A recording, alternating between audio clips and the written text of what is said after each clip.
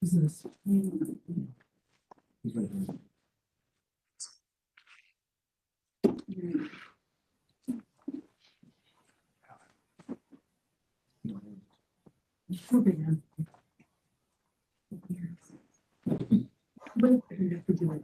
we printed out the Affordable Housing Imaging Westminster areas. Oh, just the schedule, but the schedule for the Agenda. agenda. Yeah, that's, yeah, that's coming around. Oh, perfect.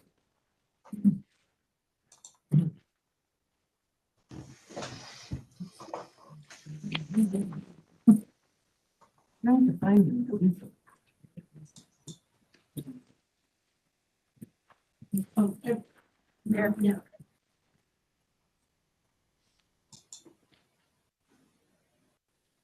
How are you? Hello here. Let me.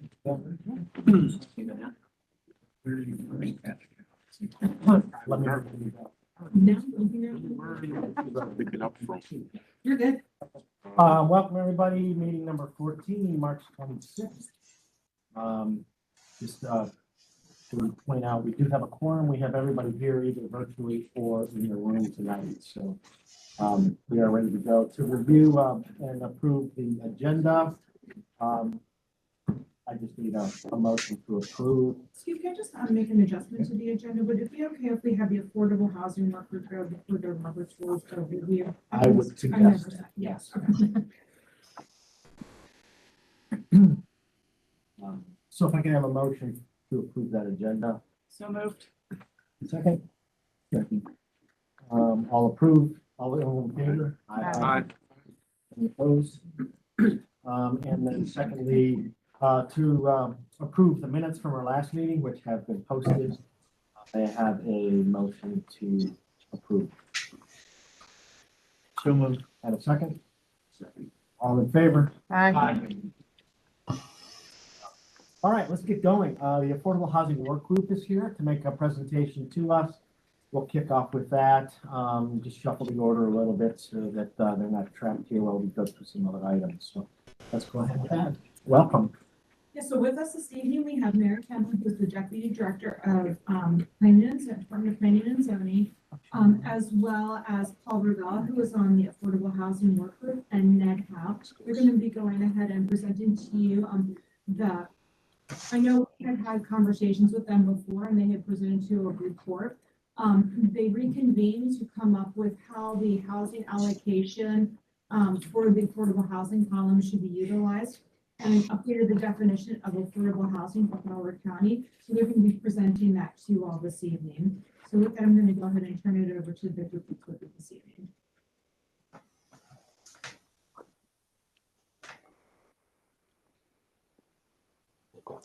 You're muted. How's that? Better. Excellent, excellent.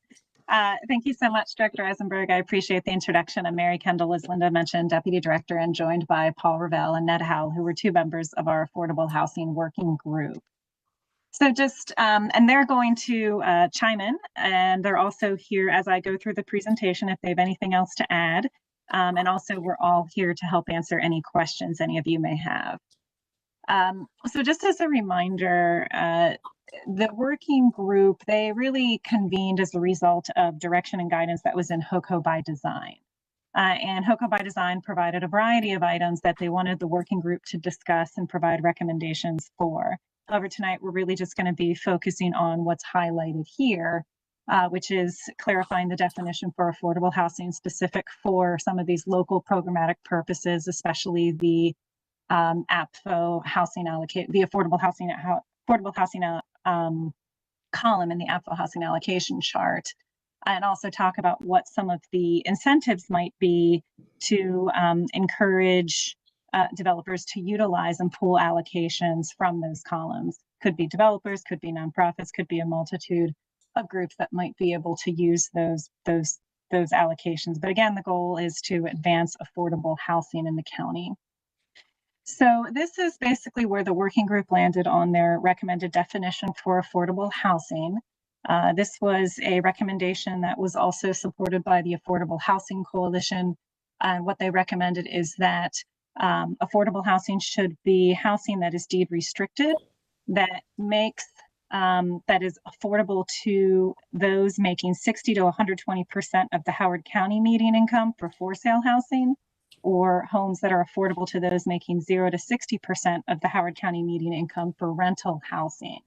Again, this is meant to apply to local programs, our Howard County programs, and specifically the affordable housing column in the APFO housing allocation chart. They also recommended, the working group also recommended that we specifically use the Howard County median income as the basis, as opposed to the Baltimore regional income, as the Howard County median income is higher than the regional income, and that could expand more housing units to qualify for these allocations. And that would also be consistent with the county's Modern Income Housing Unit Program, or also known as MIHU. All right, so what are we talking about here? Recommendations for how you might be able to pool allocations from this column, this affordable housing column in the housing allocation chart. So the working group's charge was to determine what types of units may qualify for these allocations, and then what incentives may be offered to development projects that could use these allocations. And again, those incentives, as you'll see, primarily relate to the development process. So here's where we get into the meat of their recommendations for how you may be able to grant units from the affordable housing column in the APFO housing allocation chart. So first, any unit that's being pulled from this column should meet that definition of affordable housing as I reviewed on one of the first slides. Again, it's not meant to conflict or restrict projects, development projects that might be following some other kind of federal or state income requirements, such as the Low Income Housing Tax Credit Program. Again, it would just expand more opportunities for projects to qualify. So for example, a LIHTC project, that would still qualify for units in this column because the Baltimore AMI is lower than the county's median income. So other criteria recommendations for pooling allocations from this column. So the working group is recommending that this column should be used to support projects that go above and beyond the zoning regulation requirements. So throughout the county, the most of the MIHU requirements in zoning districts require that anywhere from 10 to about 20% of the units be affordable to those that meet those specific income standards. And they're recommending that these projects that would qualify for units from this column should go above and beyond that. And as I said earlier, meet that definition. It was also recommended that the Housing and Community Development Board should have the review and approval authority for projects that would be requesting these allocations. So that way, one, they could help ensure that these would be meaningful projects. And two, it would allow an administrative review process, which could expedite the process for affordable housing projects. And that would be an administrative review as opposed to, say, a legislative review and approval process, such as, say, a council resolution. So some of the types of projects that might initially qualify for units from this column would, of course, be any project that is meeting MIHU requirements, or LAHU or DIHU, any of those types of housing units that go above our zoning regulations. A lot of the low-income housing tax credit projects already go above that. So they could be pulling units from this particular project, from that particular column. Any development projects that might qualify under the state's Housing Expansion Affordability Act, they could qualify for units from this column. And also projects that receive funding from the Housing Opportunities Trust Fund. So those are just some examples of the types of programs that could qualify. The Affordable Housing Working Group also recommended that if we really want to advance affordable housing here in the county, that there should be certain process incentives, development process incentives. So they recommended that these units be exempt from the APFO schools test as well. So any development project that would be eligible to pull units from this column should be exempt. And then they also recommended how units could be distributed from the housing allocation chart. So let me just go to the next slide to explain this a little more. So say you have a project that is looking to build a total of 80 units. So they're suggesting that so if you were to apply, so say for example that 30 of those 80 units would be affordable and 50 would be market rate. So that means that 37.5% of that project would be affordable. So that's going above and beyond the 20% as recommended. So in this hypothetical scenario, that would mean that about 50 of those units would be pulling from any one of these other allocation columns, depending upon where the project is located. And then 16 units would pull from this affordable housing column. 14 units would pull from this affordable housing column because that's the number of units that are going above and beyond that 20%. And then 16 of the units would just be the basic MIHU requirement if this were in a zoning district that required that 20% of the units be built go to the MIHU program. And MIHUs, they are exempt from the allocations test, so they wouldn't require any allocations. But in the end, this entire project, the recommendation is that it would be exempt from the APFO school test as the process incentive to, again, expand affordable housing in the county. So the working group also suggested that those previous recommendations could be something that could be considered in the shorter term, as that would require APFO changes. But in the longer term, if when there's an ability to change the zoning regulations, they're recommending that there be a density bonus option to increase density on sites where there would be, again, more meaningful production of affordable housing. And they did specify that density bonus should be proportional to the amount of affordable units provided in the proposal. But again, give that job to the Housing and Community Development Board to determine what the appropriate density bonus would be. And then again, also review and approve the use of allocations from this column. And of course, the MIHU requirements should also be satisfied as a part of the project. So in summary, just the crux of their recommendations is that the affordable housing definition is that units that are affordable, for sale units that are affordable to those that make 60 to 120% of the Howard County median income, that would be considered affordable. And also units that, excuse me, 0 to, and then rental homes that will be considered quote unquote affordable are those that are affordable to those that make 0 to 60% of the Howard County median income.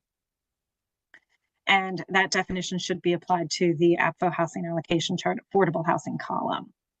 Review and approval of development projects that can pull units from the housing allocation, affordable housing allocation column should be reviewed and approved by the Housing and Community Development Board.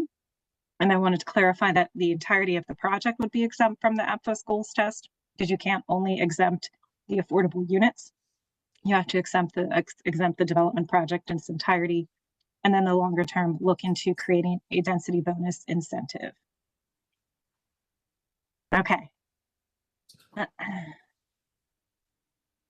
And now that concludes the overview of the recommendations that again, they wanted to share with you as it pertains to how the affordable housing column and the APFO housing allocation chart could function. And then I don't know if Paul or Ned, is there anything you would like to add or clarify? You did a very good job of explaining what we did and why we did it. Well, can you speak up a little bit? We're having a hard time hearing you. This happens to me. It's better? A little bit. Okay. Excellent. So I thought Mary's summary was very good and reflected discussions that our work group had. If you're wondering, as I have been, okay, where might these be? In my own opinion, I think that they're most likely going to land in activity centers when and if we ever get the activity zoning put in place. because that's really where Hoco by Design anticipated most of the denser growth going. Since these units are likely going to be multifamily, which means density. So for us, the next step would be to get the activity center legislation going with the council. Not your purview, but just so you know. The other thing to throw out there is that, the state just recently passed a bill that does kind of resonate some of this as well, with the density bonuses for affordable housing projects up to 30% in jurisdictions throughout the state. So this is legislation or whatever. These conditions that are put on are very similar to what the state is already proposing across the statewide. So it fits well with that. One question, and we'll go around the room for others, but you mentioned that it was deed restricted. How does that work with for sale? So if you have, let's just use round numbers to make it easy, 150,000 median family income is the average in Howard County. 120% takes it to 180,000. Using regular housing ratios, that means that family would have $60,000 a year to pay their mortgage. Interest, principal, taxes, and insurance. If you take that 180 divided by 3 is 60, divided by 12 is 5. So is that what determines ultimately, in conjunction with the interest rate, what the maximum price of the house for sale could be to meet these restrictions? And then tying that back to the deed restrictions, how do you do that? If mortgage interest rates go up to 10% from 7, now the maximum price for the house is $780, not $850. How does it work? How do you see that working? Paul, you're You're muted. muted. You're muted. There. It's the MIHU structure today. It's the same formula. And that's been in effect for about 30 years. And so the way that works is just as you said, there's a formula that's reviewed twice a year by the county. They publish what the factors are that change the affordability, among which is family size. So the household income that is assumed is a family of 4, but if you have fewer or more, the affordability changes. But you're 100% right. You wind up with a formula that has X dollars devoted to housing, and then, but that it is deed restricted. So the next owner of the property will be eligible to buy it according to the same formula. So it doesn't return to. That's where it gets confusing to me. The first owner, I get it, right? I mean, it's just you're looking at the chart. But how does it work for the second owner? Because now you have a home that's deed restricted that he can only sell to somebody that qualifies, and mortgage interest rates go up by 300 basis points, and now the house that qualified at 800 is now only worth 720. So how does that work with the lenders as well as the seller? It's difficult at times when with rate volatility. In fact, you could get trapped in that home for quite a while. But that has, over the long course of the 32 years, that has not been the biggest problem. The biggest problem has been when the market inverts and new units cost less than existing units. And that has happened twice in the 32 years that we've had MIHUs. And in those cases, the developer petitions to be allowed out of MIHU, because who would buy an MIHU from him when they could buy a new unit for less? Right. That's the bigger problem. Is there an issue with lenders that are concerned that I'm lending 98% on the first purchaser, and if there's any kind of downward volatility that has nothing to do with the housing, but it has to do only with rates, and it's a limited market, because there's only a limited number of buyers. Do the mortgage lenders still lend the same way? They do, but I can tell you, and this goes back over many years, that the biggest problem that the for sale side of MIHU has had is finding qualified buyers with a good credit rating. That's lending. And on a few occasions, when the Department of Housing and Community Development cannot find a qualified buyer, the MIHU has had to be released. That really is, kind of a problem for all of us involved in affordable housing, to have fought so hard to get it into law, and then to have a unit or two released here or there. Kelly Semino has done a fantastic job over the last several years, tightening that up and getting her staff to find the buyers. But it's still very, very difficult, very staff intensive to help get buyers qualified.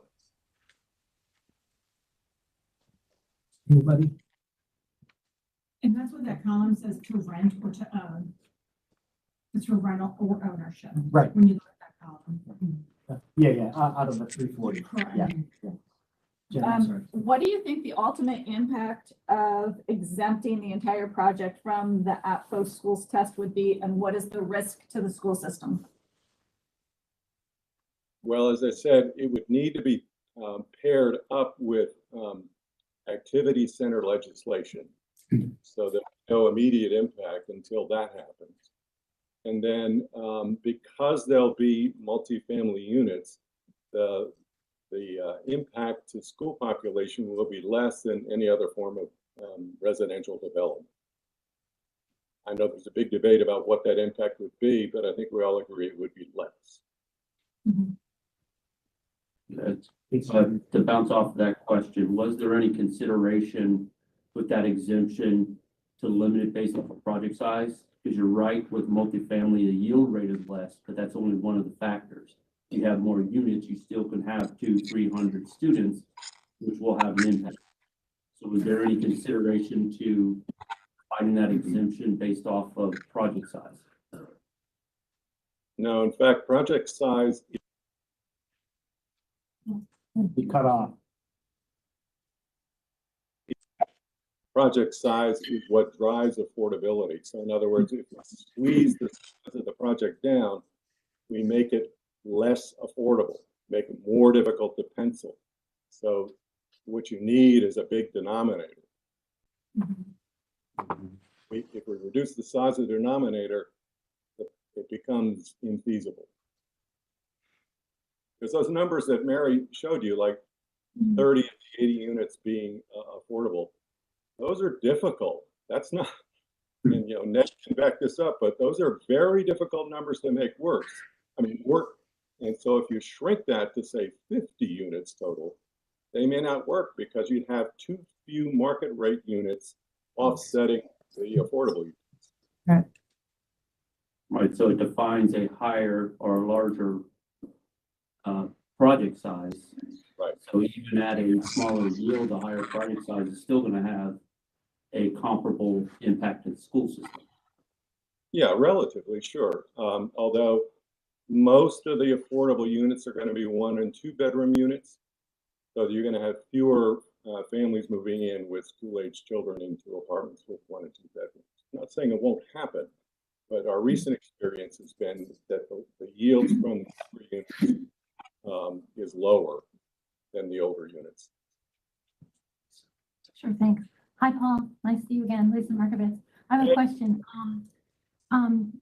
As you know, the current possible exemptions in APFO from the school test are for projects that define affordable at around like 60 projects, pilot projects, and these suggestions go up to 120 for the whole project. And so that's a much expanded ask suggestion to have more not taking school tests. So given that large change suggested, did you discuss the fee in lieu situation? Because it's really an unusual situation when you can eliminate something or wildly raise it and get the same outcome, right? If you eliminate the fee in lieu, you spread them out, you get more provision of them. If you raise the rate of fee and lieu, you spread them out, you get more, you would get more of them in more places. And so given the expansion of what you're eliminating from the school test, to actually get the units for that expansion, did you talk about any kind of fee and lieu thoughts there? Thank you. Yes, we did. The problem with fee and lieu is that they're only generated by single-family detached units, and there are fewer and fewer of them every year, to the point where, as you look into the pipeline, there'll be fewer than 200 over the next several years. And that is just not a growing pile of money that will help us do much of anything.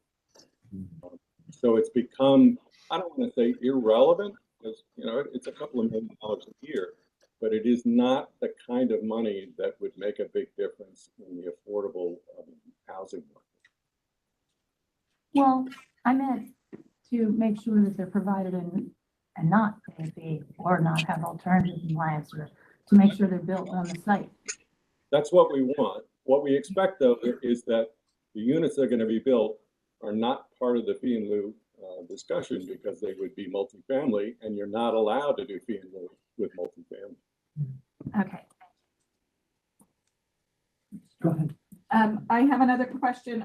When we're talking about a density bonus, can you give us an idea of what the quantity of the bonus would be, or is that is it a ratio? What is your baseline of being added to in terms of a bonus? Oh, we didn't discuss a hard number. We discussed proportionality. So, for instance, if you're in a zoning district with a 15% MIHU requirement, there's no density bonus. But if you propose to do, say, 20% or 25%, then you make a proposal to the Department of Housing Community Development Board. And if they agree with it, then you get a proportional density bonus.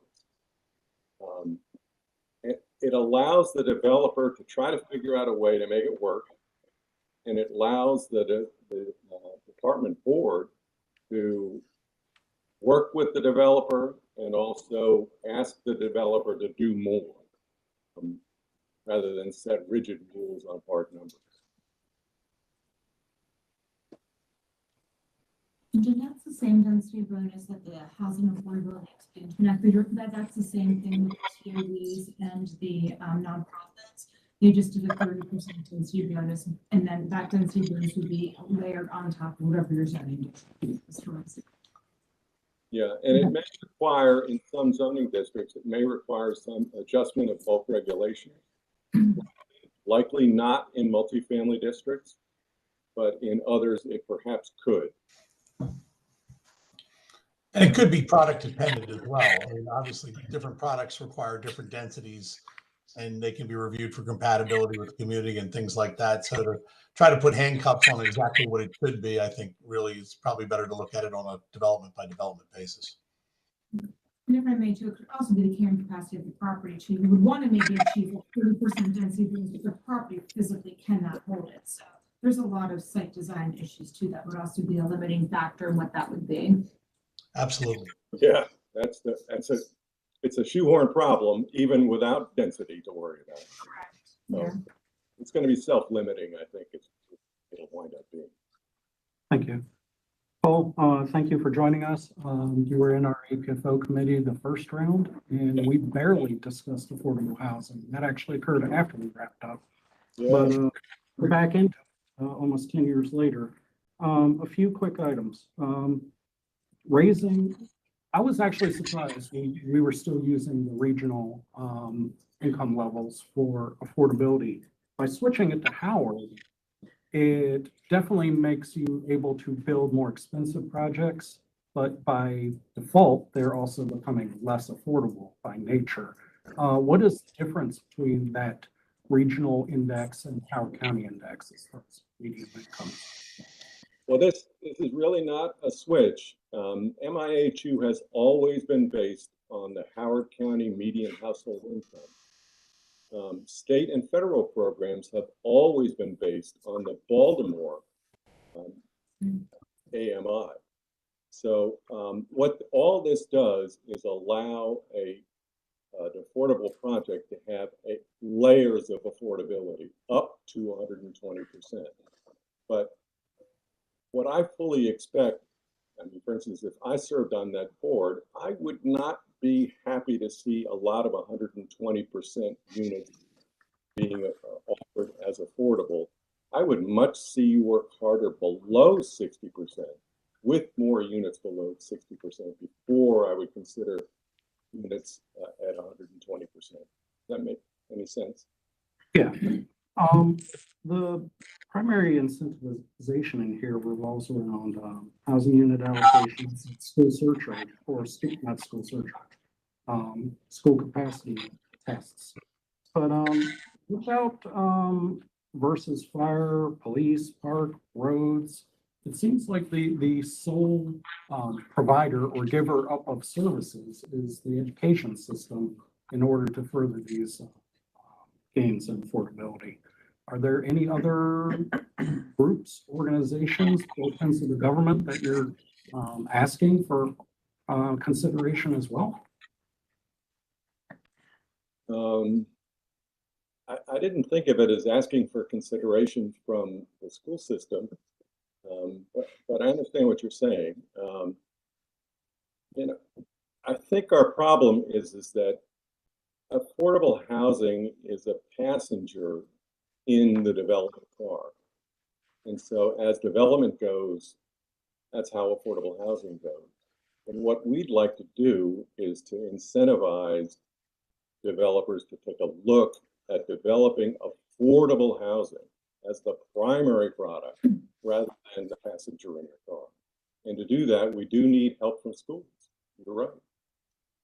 And as you know, all these APFO school capacity tests really only take an effect when there's inadequate capacity. When there's adequate, you just get to go, you know, get your $200 and go around the monopoly board again.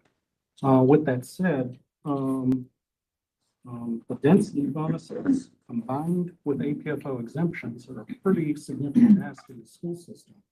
Are you proposing or formulating any way that we could remunerate the school system for the impact to that, either through the grants or proportionality or some legacy funding? You know, the problem I have with that, Brent, and again, I understand what you're saying, is I'm trying to do affordable housing, and you're asking me to add expense to affordable housing. And that's just, it's counterintuitive for us.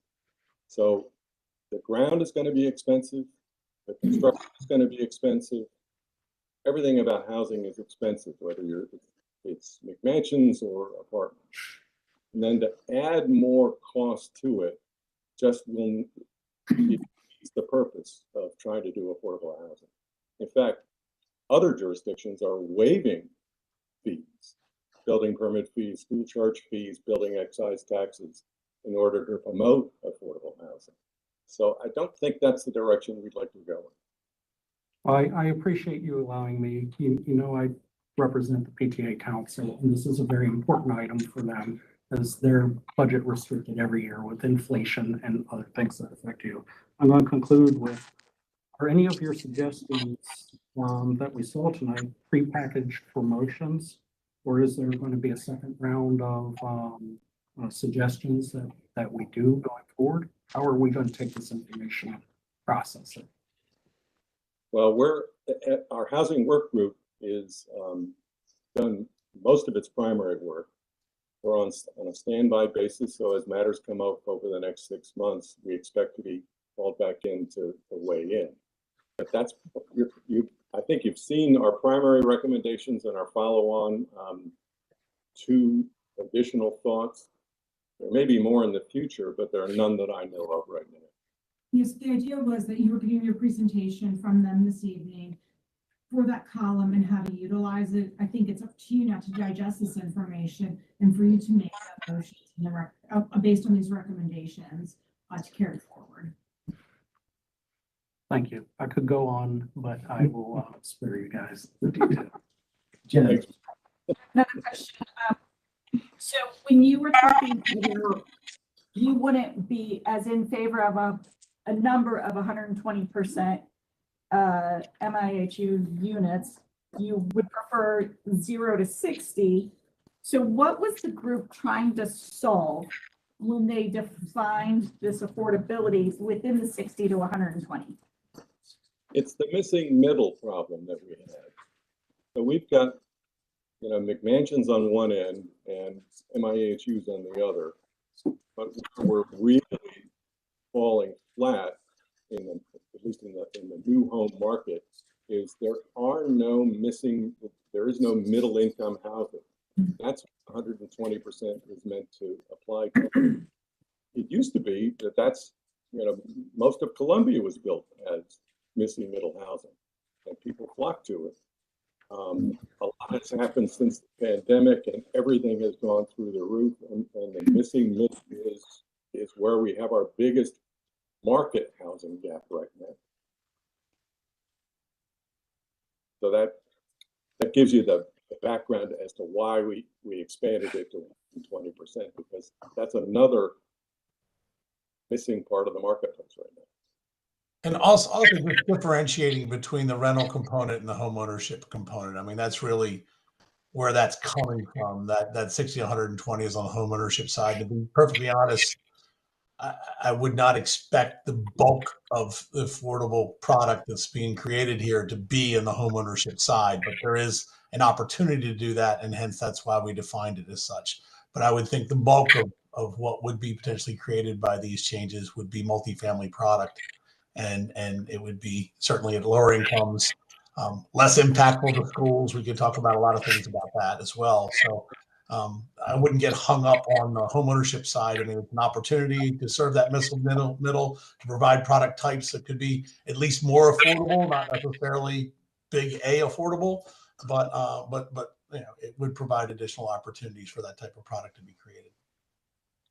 We've been asked several times by various different people to not completely neglect the for sale product. So that was an effort to recognize that. But as Ned says, most of our efforts, I think, are going to be channeled into rental. And there was a specific ask in her co-design with this specific column to have a for sale as well as a rental column. Yep. So when you get a density bonus for sale, does that turn R20 zoning into R15 zoning or R14 zoning, or what's the anticipation there? So you get a higher yield from your land for sale housing? I think it might. Again, as Ned says, there's so little R20 land left to develop that I don't think that's likely to be a direction that's going to produce a lot of interest. But yes, if you had R20 and your minimum lot size was 12,000 square feet, regulation would have to come in to reduce that from 12,000 feet to say 9,000 feet so that you could fit in the density bonus.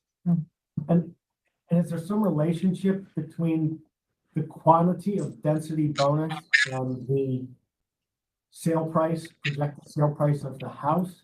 And the reason I ask is, what incentive would there be for any developer to go below the 120, given that at 120, he might be able to build and sell a house for 800.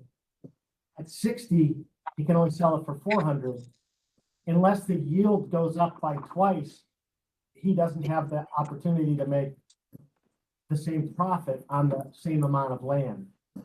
And the numbers are so small in terms of the number of units in typical subdivisions that you're 100% right. The numbers it would take an unusually lucky break for the numbers to work out so that somebody would want to do that in for sale detached homes.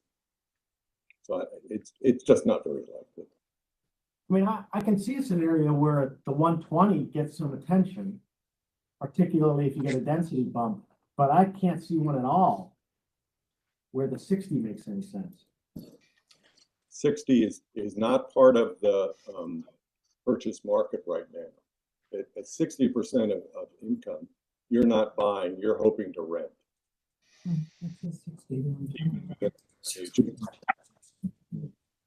Okay, thank you. Anybody else? I'm sorry, Lisa. Just real quick, when we were talking about P and L before, and you said that it wouldn't apply because it's multifamily and restricting to activity center plans. If you get into that ownership discussion again, though, it's not going to be restricted to that. So that's why I brought it up, but something to think about. Well, I'm just saying the preponderance of it would likely be activity centers. If there are other zone districts that are changed or converted for multifamily use, yeah, okay.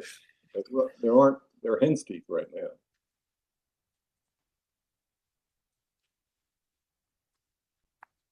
Anybody else? Thank you. I guess that's the questions on our end, and thank you for the presentation. And I was trying to say one other thing. Can I say one other thing for you? of course, I keep talking over a muted button, and I hear myself and notice that you aren't hearing me at all. So I apologize for that. But the one other thing I was going to throw out there is the one thing that you always have to leave room for, and that's what we're trying to do here by having this 60 to 120 home ownership. You know, if you're just going by the market bearing itself and the cost bearing itself, yeah, nobody's going to be incentivized to do a 60% unit in there and deliver that.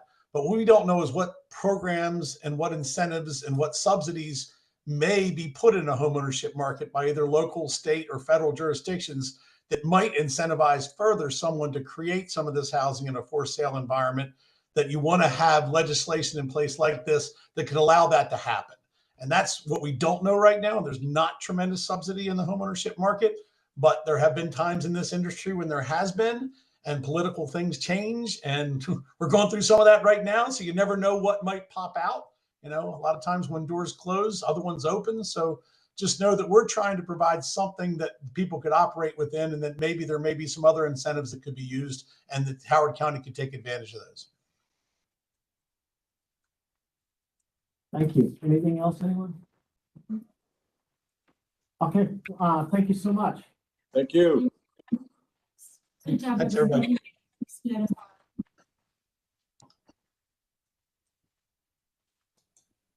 All right, let's switch gears. We are going to first the Roberts Rules overview. We're calling it in the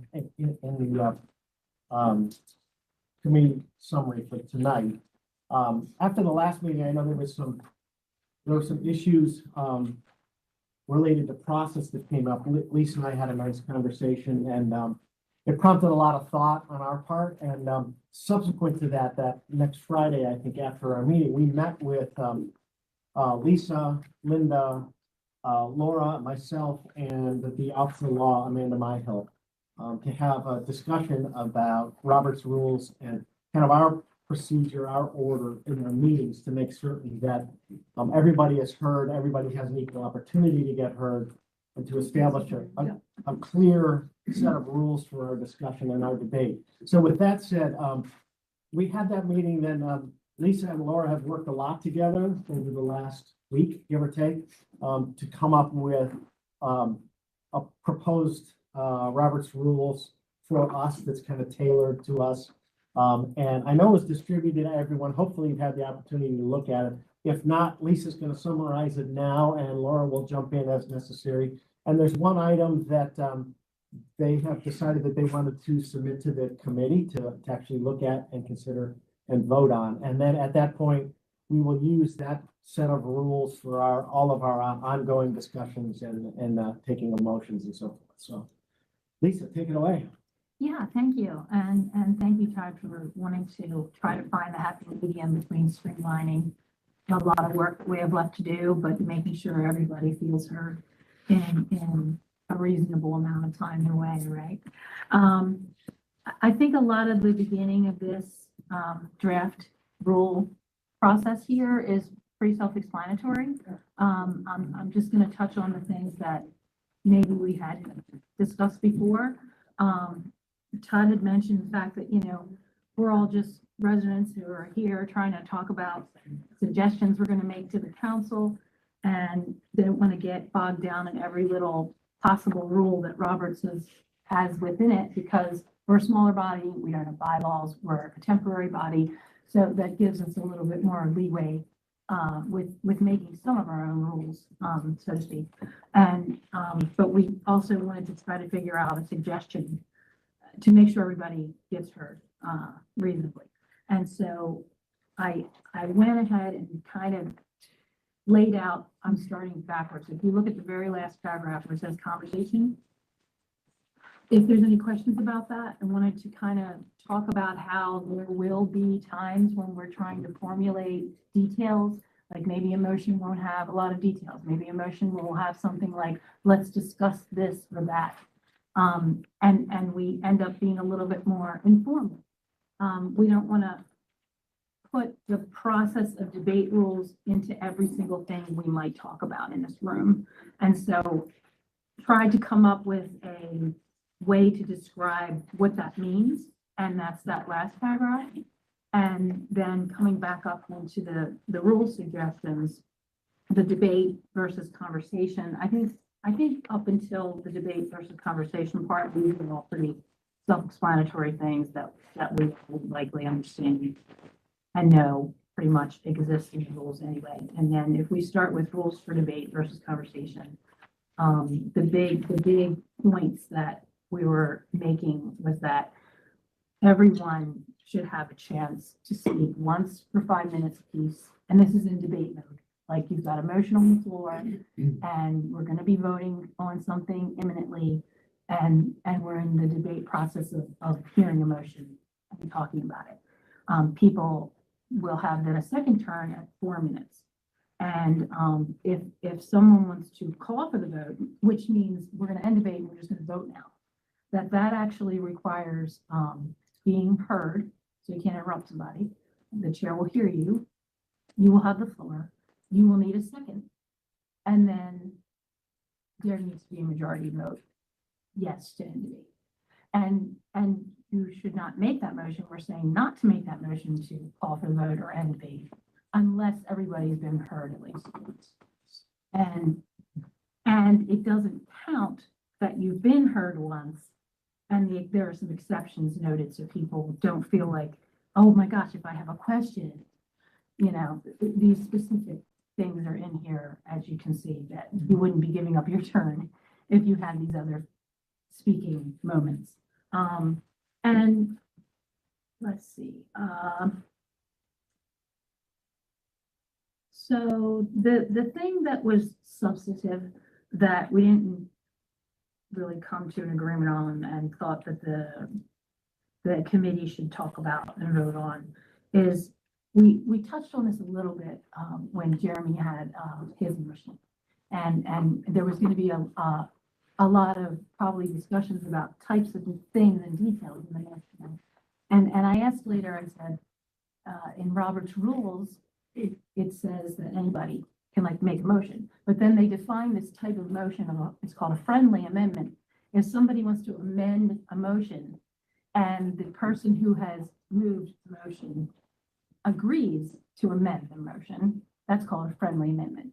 And if they don't agree, then it's not called a friendly amendment, but it can be allowed to be done. And I'll just talk about why I thought anybody should be able to amend the motion. I'm worried about streamlining some of our conversations, getting to everyone's motions, getting to everything we want to get to by the end of our time. And if we're talking about a motion, if someone wants to amend it, and if they're not allowed to, what's going to happen next is you're going to have a whole new motion. Because they're still going to want to put that thought forward. They're still going to make that motion then later to change it. Then you have to reconsider the old motion or take up a whole new one.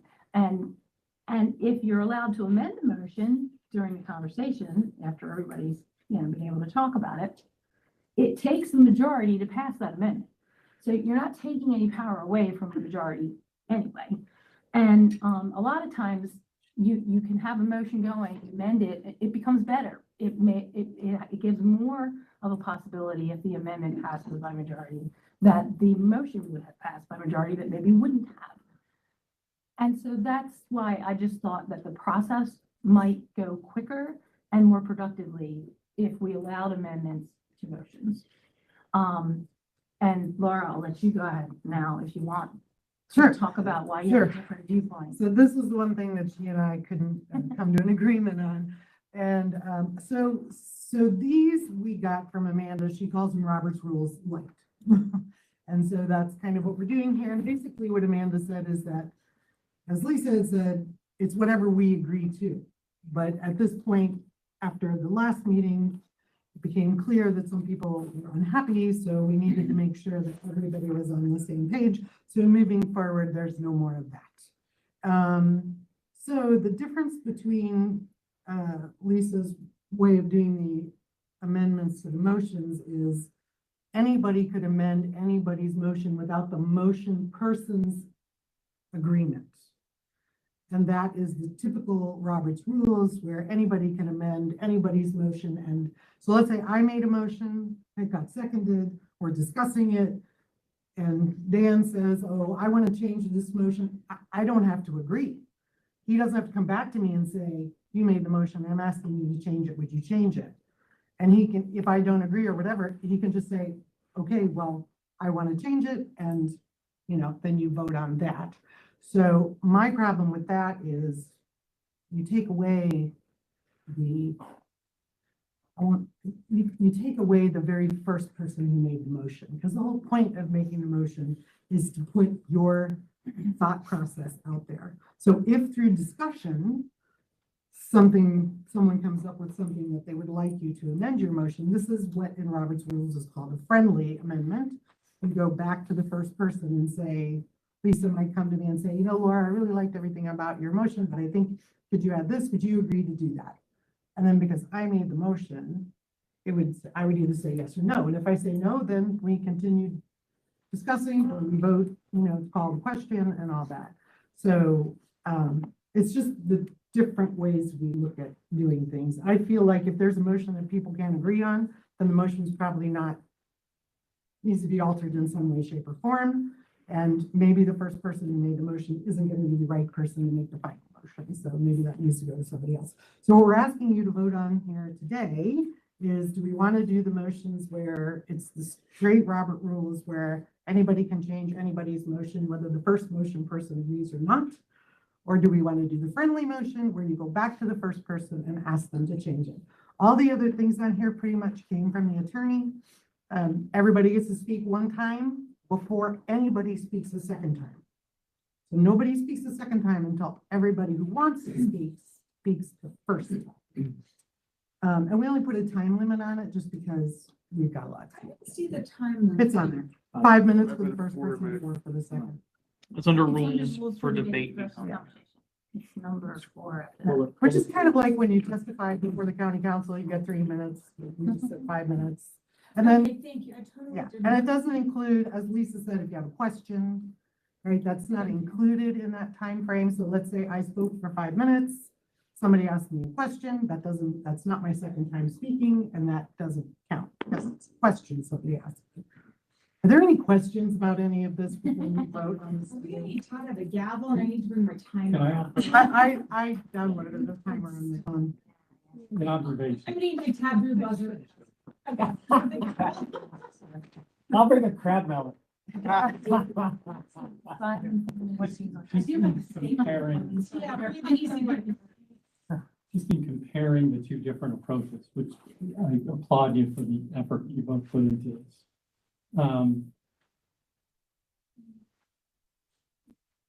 I lean towards the direction that Lisa's describing, because I think what we all just have to be aware of is an amendment totally undermining the original intent. And I think we need to be watchful for that. Sure. Because if it's doing that, then I have a problem with it. I mean, amendments should be intended to improve a For motion, compliment. but That it actually could is be Robert. used Yeah. arbitrarily to put the screws to it. So I just ask all of us, if we go in that direction, if an amendment is intended to sabotage one, be on the watch for that, because that's not a fair process. Can I just address that? Yeah. Brent was telling me earlier tonight when I asked him a question about this, logistically.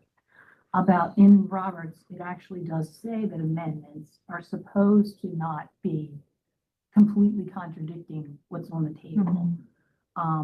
Not the same thing, but a little bit like how an amendment to a bill can't be substantive or else it needs a whole new hearing. You know, it's like the process is supposed to be, you're amending within what's being discussed and not a whole nother subject to completely change everything. It might get hairy and we might need to go into conversation mode if we're trying to make layered, compromising type motions that have different things all in them. But Paul, I think everybody understands what an example of what you're suggesting we look out for would be. We just all keep an eye out for that Yeah. and maybe challenge each other if we cross that path. Yeah, yeah. And at any time, the one area in Roberts where you can interrupt someone, because you're not supposed to interrupt someone otherwise, is called point of order. Like someone can say point of order, they don't even have to, wait to raise your hand to speak. You can actually say the words point of order. Todd would then recognize you and you would say that there's a problem, there's a question about process, there's something going on that maybe shouldn't be.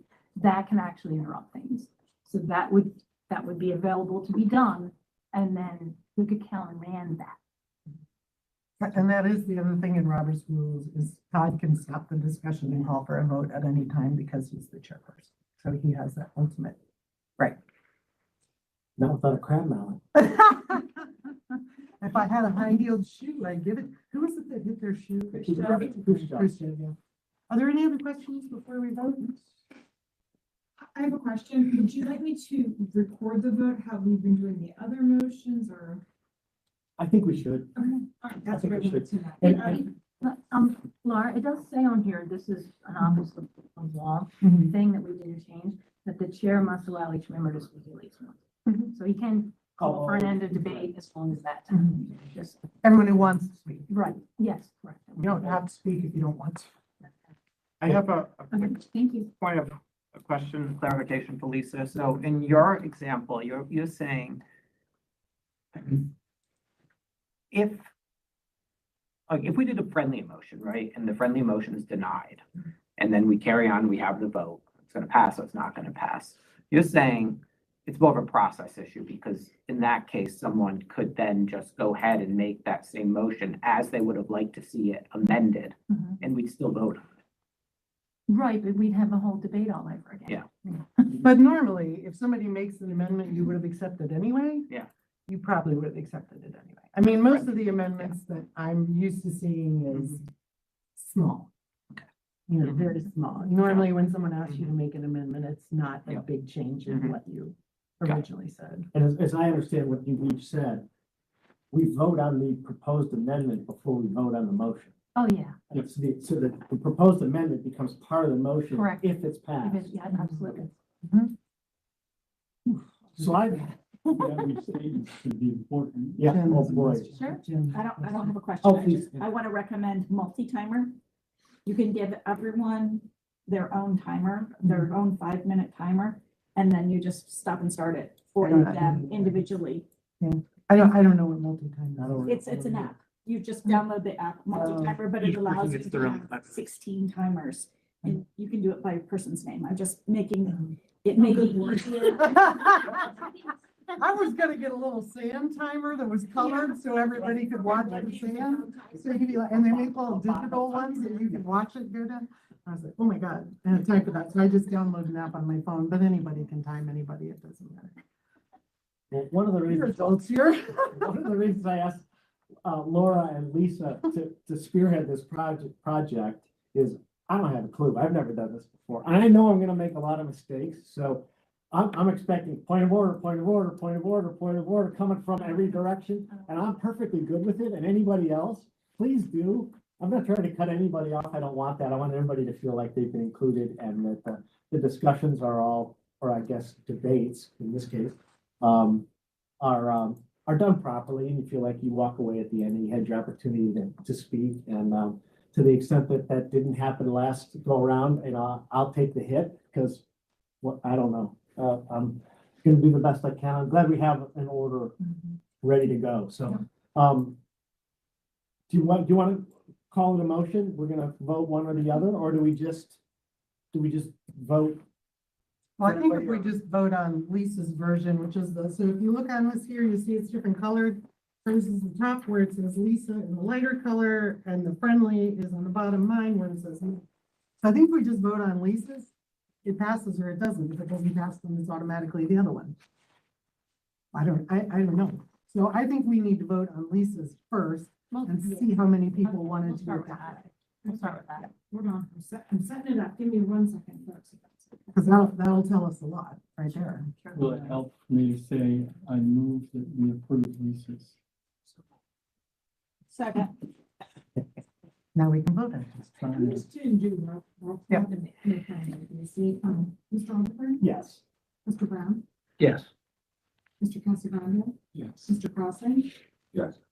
Mr. Gander, Yes. Mr. Essen, Yes. Mr. Blackoff, Yes. Ms. Jones, No.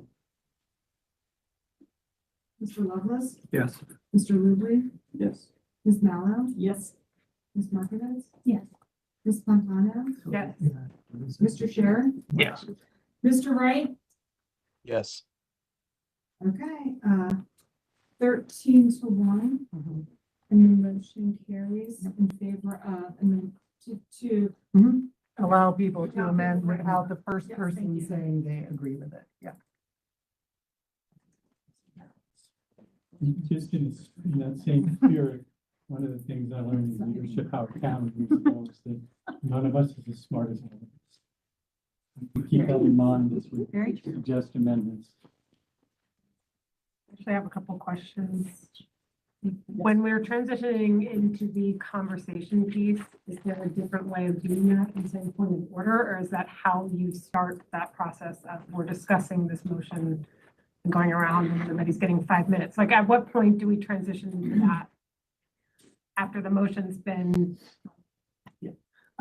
Point of order means there's a problem. okay, only in a problem. in the Yeah, case of a problem. when there's a problem, or you have either a question or a complaint that you think a process isn't being followed, or you're confused about the process and you need clarification, or you think a rule is being broken by the state, whatever, and you want to interrupt and say, whoa, what are we doing here? Okay. That's point of order that can happen at any time from anyone. The debate process versus the conversation process means someone's made a motion, and a second, we start talking about it, we're in debate mode. And then, eventually we're gonna be voting then on that motion. And during that debate, you can amend the motion.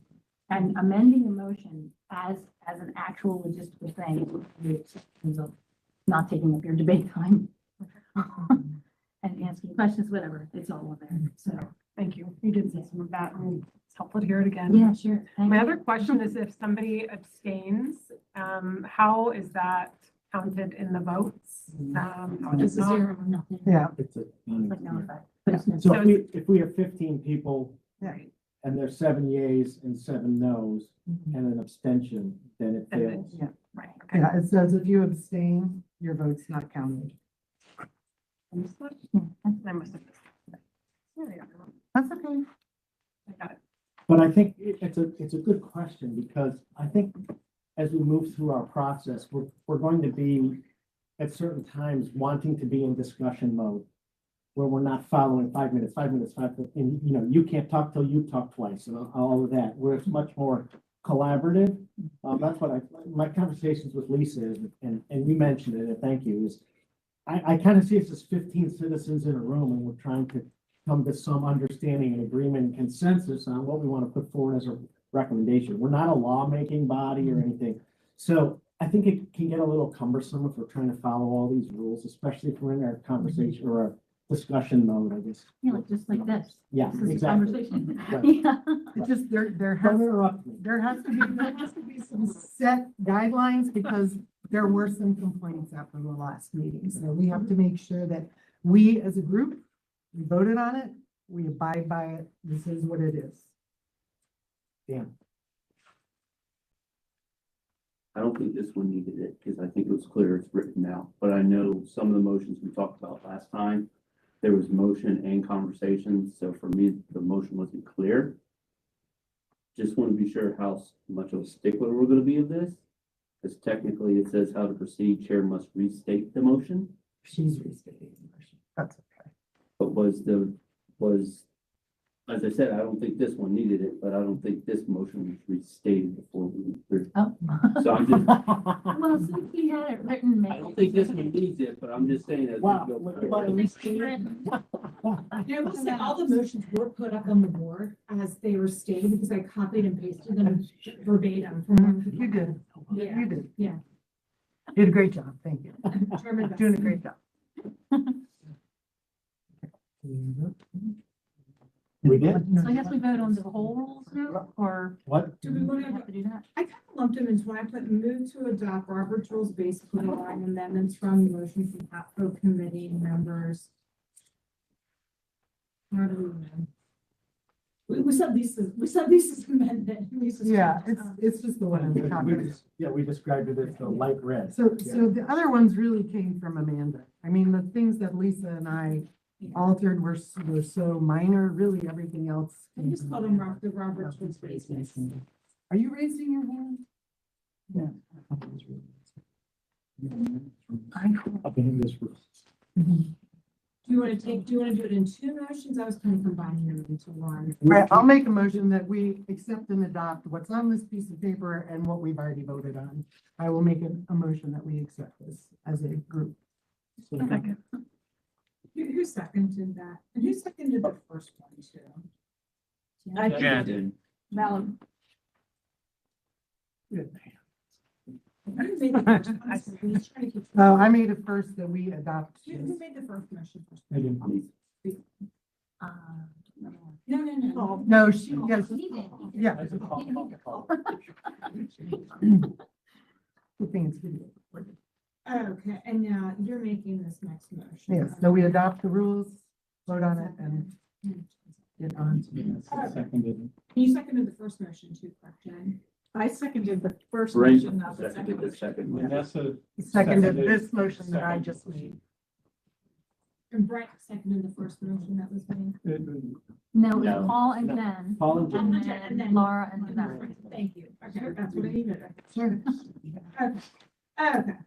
All right. And you want to go down the list? Yeah.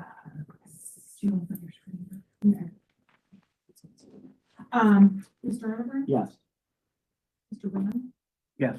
Mr. Casagrande? Yes. Mr. Crossley? Mr. Jono? Yes. Mr. Essen? Yes. Mr. Blackhawk? Yes. Ms. Jones? Yes. Mr. Luby? Yes. Mr. Lovelace? Yes.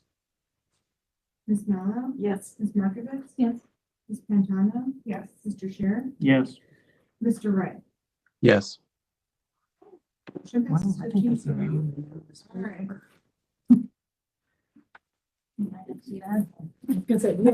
Ready? That's right. That's it. Break out the champagne. That's it. All right.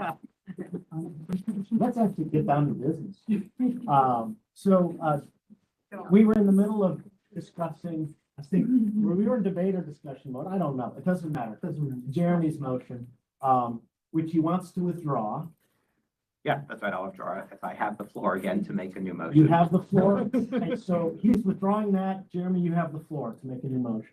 Okay, great. So last week I had the meeting with a motion for Howard County to adopt a model, the Montgomery County model that uses a utility or utilization premium payment in lieu of a school wait time test. And so we had discussion, and I know that the motion I think was at a very high level with details to be filled in, and I know we had quite a bit of debate around whether it would be appropriate to continue at with that type of motion or provide or put some more meat to it. So in the interim, I did put some more meat onto that motion, and I will make it shortly. Before I do that, I had pulled together just some background material, some slides that illustrate what the Montgomery County model is and how it should be applied to Howard County. I just pulled the applicable regulations from Montgomery County and then the applicable regulations from Howard County. And I could go through those slides quickly before I make the motion. Yeah. You we guys can share have our them? screen. Could Yes, you we share can them? Share a screen. I'm gonna have Lisa do it because I have other stuff Sure. up, so that way I can keep track of the things. Okay, So, I'm gonna ask Lisa to go ahead and share her screen to show your slides. So, yeah. perfect. Yeah, so as she's pulling it up, essentially what I did is I just went directly to the source in Montgomery County, went directly to the source in Howard County to pull up the applicable regs and copied and pasted a lot of that, the tables and the information into a slide deck so everyone could understand how it would work. So title is, how would we adopt the Montgomery County utilization premium payment model in Howard County? So what this is Montgomery County school impact tax. It is a tax that Montgomery charges to every new residential dwelling, regardless of school capacity. This is a school impact tax that is charged in Montgomery County to any dwelling, and it depends on the dwelling type and the location in the county in which that dwelling's being built. So you could see in this chart, if you have a single family detached in Montgomery County, and it's in an infill impact area, that housing unit would require a $30,343 fee. If it's a multifamily high rise, like the second to bottom line, it's $4,911 per dwelling unit. So if it's 100, if it's a building of 100, you multiply 4,911 by 100, and you're looking at close to $500,000. Those are the fees charged in Montgomery County. They calculated those amounts by looking at what the average student yield is per unit type and the average cost to provide school capacity to that child. That's how they derive what those numbers are. Next slide. So on top of that impact fee, Montgomery County charges a utilization premium payment if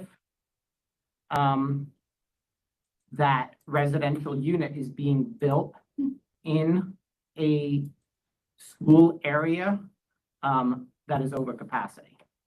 And the amount of that additional payment is determined based on the bottom table here, where if you are in a tier 1, and I'll get to what those tiers mean in a second, it's the top table, but if you're in elementary school and if you're building something in an elementary school zone and that elementary school qualifies for tier 1, on top of that school impact fee, you pay an additional fee that's equal to 16 2/3% of that school impact fee.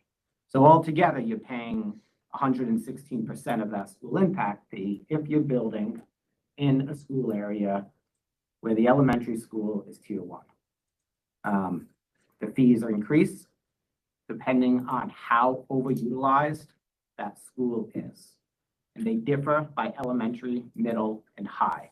So if you are building in an area where the elementary, middle, and high school are all over-enrolled, over capacity based on those tiers, you would pay each of those fees. So you would add up the percentage for each level, and you would get the total amount due. So if all three school levels were tier 3, you pay 120% on top of the initial school fee. And the top chart specifies how you determine what the tier is for each school level. So to be tier 1, you would need to have a utilization rate at an elementary school. To be tier 1, you need to have a utilization rate above 105% and have a seat deficit over 85 students. So seat deficit just means that you take the school capacity, you take the difference between the school capacity and the school enrollment to determine what that deficit is. So you have to meet both of those criteria to be tier 1, tier 2, tier 3. So you'd have to have a deficit over 85 seats in an elementary school and a utilization over 105. You know, if you want to be a tier 3 middle school, say, then it'd have to have utilization above 135% and a deficit over 170, then you're tier 3. So that's how Montgomery County determines what this additional utilization premium payment is. And this is, you know, all a recap of what we were presented in the November meeting from the representative from Montgomery County who spoke to us. So that's essentially this slide. Like the top two tables showed the same information in two different ways. So with that said, what Montgomery County does every year is they identify what schools qualify for each tier. So like instead of coming up with a new APFO chart of open and closed like we currently do in Howard County, each year in Montgomery County, they create a list of the schools that fall into each of those tiers. And so you could see this is the latest Montgomery County for FY25 school test. And you could see currently in Montgomery County, out of the 26 high schools in Montgomery County, there are 2 high schools that fall into tier 1, no high schools at tier 2 or tier 3. Middle school, there's a single middle school out of the 40 different middle schools, that's tier 1. In an elementary school, there are 2 elementary schools that are tier 1, 6 elementary schools that are tier 2, and 1 elementary school that is tier 3. So that's essentially what Montgomery County is putting out each year. And so if there's a residential development that is going to go into any of those school boundaries, it will have to pay the associated utilization premium payment for that development on top of their impact fee. Next slide. So how would that apply to Howard County? And this did not come out very well when I copied and pasted into a slide. We don't have a fancy table, but we don't have a school impact fee in Howard County. We have something called a school surcharge fee. And unlike Montgomery County, which has a set dollar amount for each type of residential development, ours is based on square footage. And so we say, as it currently stands, when you have a new residential development, you pay a fee of $7.50 for each square foot of that development. However, and again, it didn't copy perfectly on this. There's the link to it at the bottom. You could pull it up, but if it's an affordable housing or a moderate income housing or senior housing, the square footage fee is less than $7.50, but the numbers are in there and how to calculate them are included in there. But the way the current Howard County school surcharge fee works is most cases it's $7.50 unless it's one of those alternative cases and a lower square footage fee applies. So if we were to model this approach in Howard County, the way that that it would work is we go about the process of identifying what schools in Howard County are in each of those different tiers based on those tier qualification threshold criteria. And then if you're a residential developer and you're building something in a school in one of those tiers, you would base that additional utilization premium payment on the associated school surcharge square footage fee. So if you had to pay an extra 16 2/3% of $7.50, you would pay 1/6 of $7.50 is $1.25. So then your school surcharge fee, the total paid would be $8.75 per square foot. If it was a tier 1 elementary school being the development was being built there. So that's the proposal essentially, to adopt the Montgomery County model to what we currently have in Howard County and apply it to the school surcharge fee, on top of it. The idea would be that it would replace the weight bin. You wouldn't wait, you would just pay that additional fee if you were building something in the school area that is over capacity, and the amount of that additional payment depends on how overprescribed those schools are. So the next slide is, I guess, sorry, this is actually pretty cool too. Yeah. So what I did actually was I said, if we had a UPP, I wanted to look at what schools would be in each tier based on the current APFO projection. So what I did is I took the APFO chart, I looked at what the projected enrollment of each Howard County school would be in the first year on the APFO chart, which is currently 27-28. And I calculated the utilization and the seat deficit for each school. And then I matched that up with how Montgomery County determines what those bins are.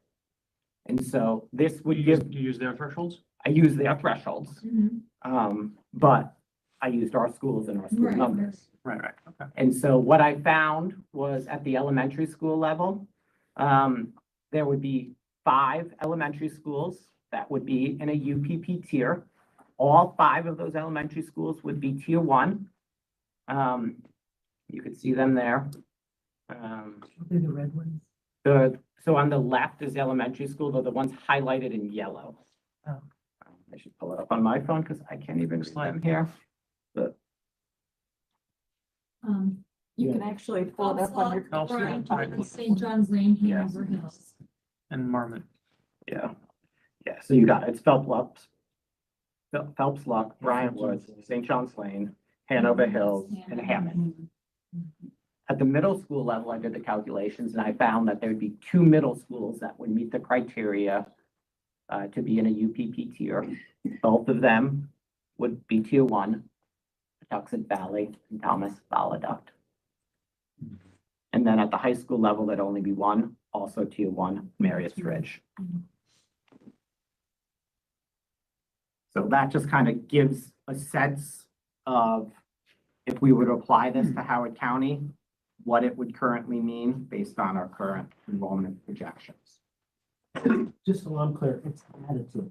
This is additive. So if you're doing a project that goes to St. John's Lane, and I'm making it up, obviously, but St. John's Lane, Patuxent Valley, and Marriott's Ridge, it's 16 2/3 plus 10 plus 8 or whatever the numbers were, right? Yeah, so if the, I don't think that exists, possibly based on how the school boundaries are, but if that were to be the case, that each was tier 1, it would be additive.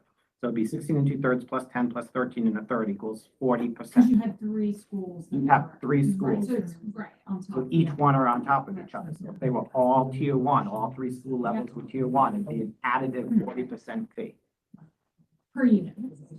per unit, to that 750 square foot. Can I ask you a question? Mhm. Thank you. So it looks, the way I'm understanding it is that you're not talking about starting with Montgomery County's charges. You're talking about retaining Howard County's structure of original charges. Yes. But then taking Montgomery County's up charges and applying them to our base charge. Yes. Okay, and then I have 2 quick worded questions. This is where I would say point of order. He needs to make a motion. Someone needs to second it, and now we need to start Oh, discussion. I'm sorry, you're right. So I haven't even heard the motion yet. Okay. So what is your motion? Next slide. Oh, you could read it too, because there's one final slide that I have that I wrote out the Oh, notes. it's the exact motion. Yeah. Okay, so basically, to replace the APFO school test that's currently used in Howard County with a utilization premium payment fee modeled after the system used in Montgomery County, so that instead of a required wait time, developers of residential units are charged an additional fee calculated by applying a UPP factor to Howard County's existing school surcharge fee when the development's impact on the projected school utilization of the assigned school exceeds adequacy thresholds. I'm saying the payment factor percentages would be the same as the percentages in Montgomery County's tiers, and the adequacy thresholds should be developed using the Montgomery County approach. I will second that. You actually, I think there's a typo There in is. what's up there. And what you said was school surcharge fee, but what it says up there is school surplus fee. I'm Yeah. confirming you actually mean school surcharge fee and that it could be corrected for the record. Yes. Thank you. All right, I would second that. And then- Yeah, I had questions, not a debate. I wanted to ask Jerry, were you intending to retain within the Howard County base thing? Were you intending to retain the automatic inflationary increases of Howard County's base fees?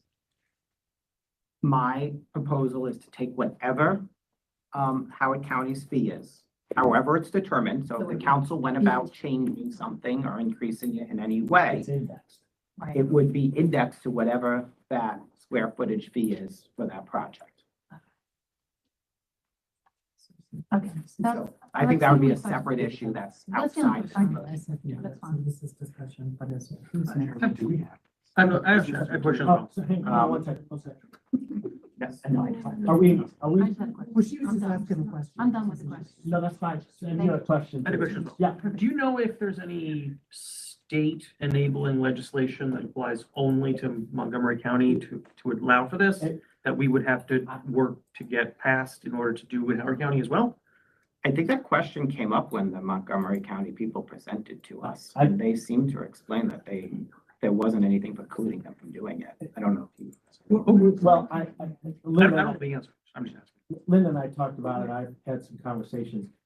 Our enabling legislation for our school surcharge fee is specific to our system and it's defined Okay. as Howard County school surcharge fee. Montgomery County's state enabling legislation would be different. This, in all likelihood, we don't have a legal ruling yet, but in all likelihood, would require state enabling legislation for the motion that's proposed. The existing school surcharge fee is already enabled by state enabling legislation. So maybe you need to go back and get the adjustment. Okay, let's, you want to speak or is it No, a I have a question? question. I can't remember, is the school surcharge fee a restricted fund? Lockbox, you want to know if it's lockbox? Yeah. That's not covered in the motion, but Well, you could ask and- him to amend it. Well, but is it I'm just asking factual, the current one. the current Yeah. one? In Montgomery. I don't know. Oh, Montgomery County. No, in Montgomery or Is here? it lockbox for? You mean here? For Oh. the, here, Okay. No, because I actually asked that question when Montgomery County gave the talk and they said no. I'm sorry, I don't know what that means. Okay, Right? Yeah, what is lockbox? so what I'm asking is, in Howard County to date, the school surcharge fee that already exists, the $7.25, 50, yeah. is that only going to fund school activities? Or is it a restricted fund? Right now. Right, As opposed to a general county fund? yes, Yes. yes, All right, so, makes sense. so like the fire tax Sure. only goes to the fire department. Understood. May I? And that- Earlier when we started, I forwarded the school surcharge fee report. It's a mandatory report to the state. Should be in our documents to go off of. Says exactly what's been collected over the years, what's gone to bonds, what's gone to bond payments. And more importantly, to your, question, where is it going? In spirit, it's supposed to go to school capacity to mitigate growth. But there's a huge asterisk in there that allows it to go to other uses. So it has been used for air conditioners and other things that would be considered less capacity projects and more operational maintenance. It's still school. But nonetheless, school-based. Still school-based, however, not capacity-based, which is the intent of the fee. That's exactly my understanding. Exactly. And as I understood it, it was originally intended to be specifically for capacity. But that's kind of bled, and as projects do, capital maintenance and add seats, it all kind of gets all blended The together. issue is whether it turns from a so plant versus. Yeah. So. Usage. But somebody had mentioned it. That right now, it's not specifically part of APFO. The UPP would be part of that. The school surcharge is not written in a way that it's part of APFO. It's just a school tax or a tax that's levied by the county specific to new construction. I would like just, Please, yeah. a lot, this came up a lot in the previous APFO committee. This is not APFO. APFO is section 16 and all the subdivision codes.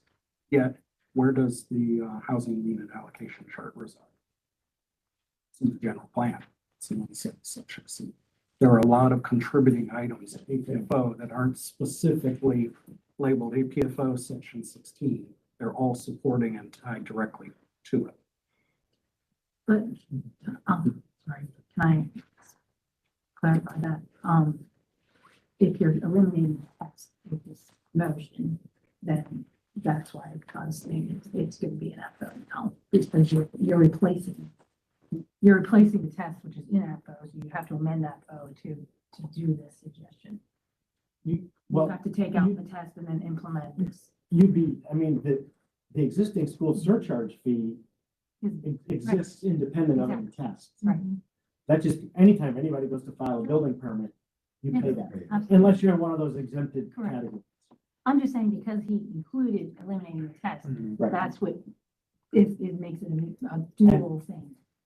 If Jeremy's motion were to pass, we as a committee would have some work to do making inquiries and defining when things get paid, how things get paid. Because I don't know exactly how it does work in Montgomery, and Jeremy, maybe you do, but in Howard County, you pay your school surcharge fee when you file for a building permit because it's based on square footage. In Montgomery County, it's just, they look at the chart and it's single family detached housing, it's $30,263 plus whatever your UPP fund amount is. So it's different. And I don't know when that Montgomery payment gets made as opposed to how, with our current structure in Howard, how that would happen. For instance, would the developer just pay the UPP upfront? But you can't really, because that's a percentage of the square footage calculation. So it's a little complicated. There would be some coordination that the committee will have to do going forward to define some of those issues if Jeremy's motion were to pass. Dan? Are we in question or still question mode, right? Well, it doesn't matter. If someone can ask a question, someone can debate. Okay. I'm sorry. No, want to applaud you. There's a lot of work to give a lot more details to the motion that we were talking about last time. I think in general, I'm in support of this. However, I do want to point out, understandably, you use the APFO chart because that's what is currently out there. But something that is always debated with county council is also the way that the current process works is the APFO chart is based off of the prior year's projections. So it's the end of a process. So the numbers you're using now is older data. So and I'm just saying this so everybody has a level playing field, because I went through today and I was looking at Montgomery counties and I believe they pay at permit time. So, but I went through and basically as I looked at the way Montgomery County does it, where it's 4 years out. So the test year would, when this finally would get adopted, would actually be school year 30-31.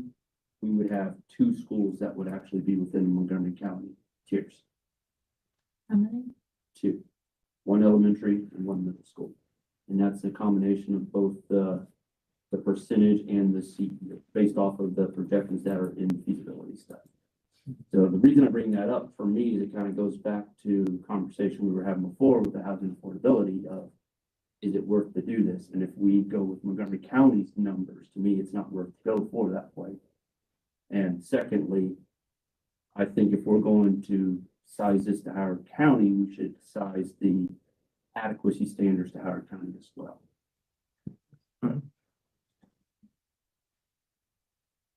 That's it.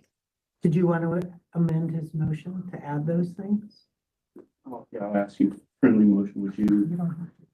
well, I'll ask, would you, amend it to your motion to change the adequacy standards to reflect Howard County's? Just to be clear, you don't have to ask permission with what we just voted on. Yes. I know we voted no, but yes. Yeah, I mean, I But would you think wanna- we would, Yeah, we would need to model this after what makes sense for Howard County. So certainly I would agree that we wouldn't wholesale take Montgomery County's numbers. I think like the way I worded the last phrase of it there. should be developed using the Montgomery County approach. To me, I'm trying to get at, we're gonna use the Montgomery County approach as the model to develop it as we fit this to Howard County. So I feel like that part of it's in here, at least that's what the intention was. So yes, I accept that friendly amendment, and I just say, I think the way I worded that, I think incorporates that already, but it's. So how would we amend this then? Or does it not need to be? I don't think. You need a second. Can you clarify the amendment, the proposed amendment? Specifically, I would ask to amend that the adequacy standards be adjusted to reflect Howard County's, data. realities, data. Yeah. And I would second that. Actually, I have to second it because I seconded it. Oh, sorry. But I did. Okay, so Laura That seconds. sentence of the- Yeah, could you add it at the end? I don't know. Does it make sense to just add it at the end? Yeah, so we're not changing anything, you're just adding that component. I actually think, and part of this is very precise in language, the payment factor percentages are to use the same tier percentages. I think you don't want the word same, you want similar.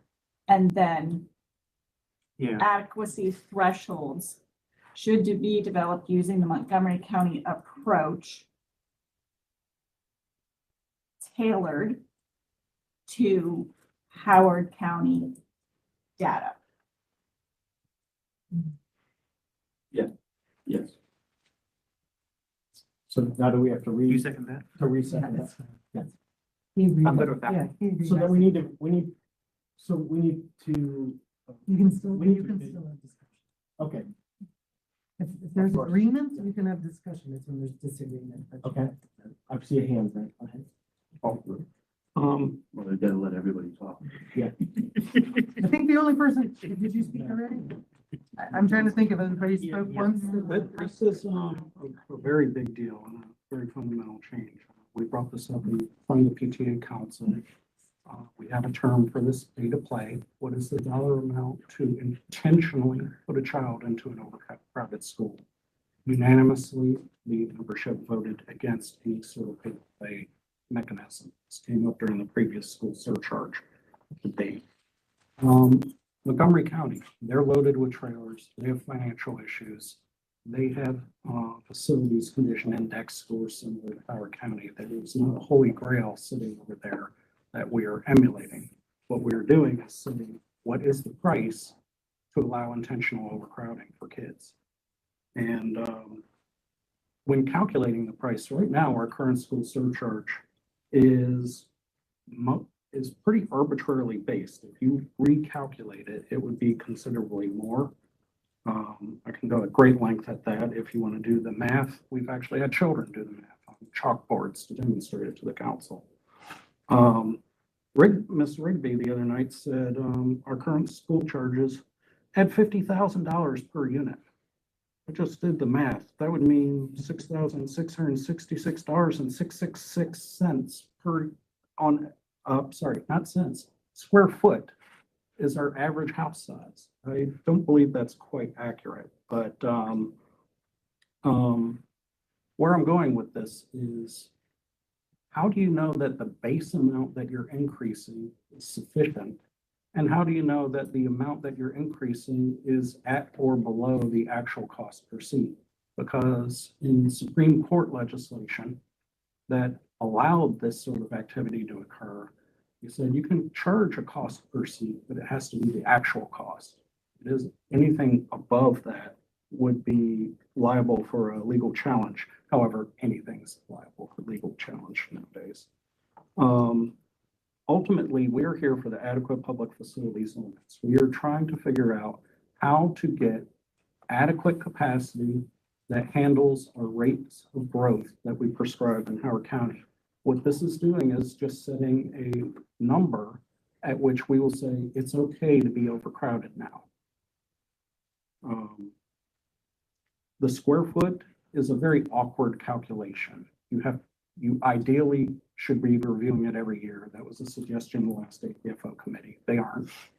But even so, there is an average square foot of a house being built in Howard County every year, and it certainly isn't 6,666 square feet.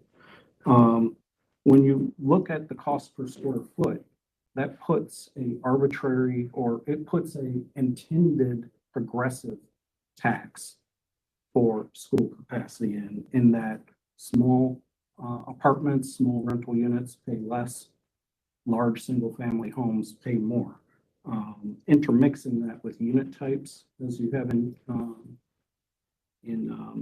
Montgomery County, it could be a one or the other, but if you blend the two together, you get a compounding factor that makes it a very inaccurate way of calculating these items. Ultimately, let's say you get the perfect premium fee in there. What guarantees do we have that it will be applied in a manner which ensures that no kid has to attend an overcrowded school district? Look at Montgomery County's numbers. There are plenty of schools that are below 100%. There are plenty of schools that are way above 100%. And I don't think it's a model that we should be operating. I appreciate everyone's zeal to get more money, but the question is it enough money? And is it in a timely manner to actually provide the product that we're supposed to do? Thank you. Paul. I just have a question concerning the amendment. Right. Because I don't understand specifically what it means to size the adequacy standards. Can you just give me a little bit more to help me understand what might that mean? So the adequacy standards for Montgomery County are based off of Montgomery County Public School System's determination in their CIP. For elementary school, they say in order, and I don't know where this decision came from, but they say in order to qualify for a classroom addition out of an elementary school, the capacity needs to require a 4 classroom capacity. Middle school, 6 classroom, high school, 8 classroom. And then from there, in their classroom size determination gives you the seat count that would be needed. So all of this stuff is based off of decisions Montgomery County has made and Montgomery County Public Schools has made. And they're a 211 school system. And I mean, I don't know their exact CIP number, but I think they get more money in their CIP from the county than we get. So a lot of their decisions may not be applicable to us. So I think here in Howard County, we need to do our own due diligence to determine what the different data would be for us to set the percentages and for the seat deficit. Do we have those adequacy standards at this point or not? Not right at this point, but I think it's something that could be determined, yes. Thank you. Anyone else on the amendment? Yeah, this is Antoine. One question. This is phrased as a replacement to the school's test. Is there any reason why it wasn't thought of as maybe an exemption to the school's test in overcapacity areas?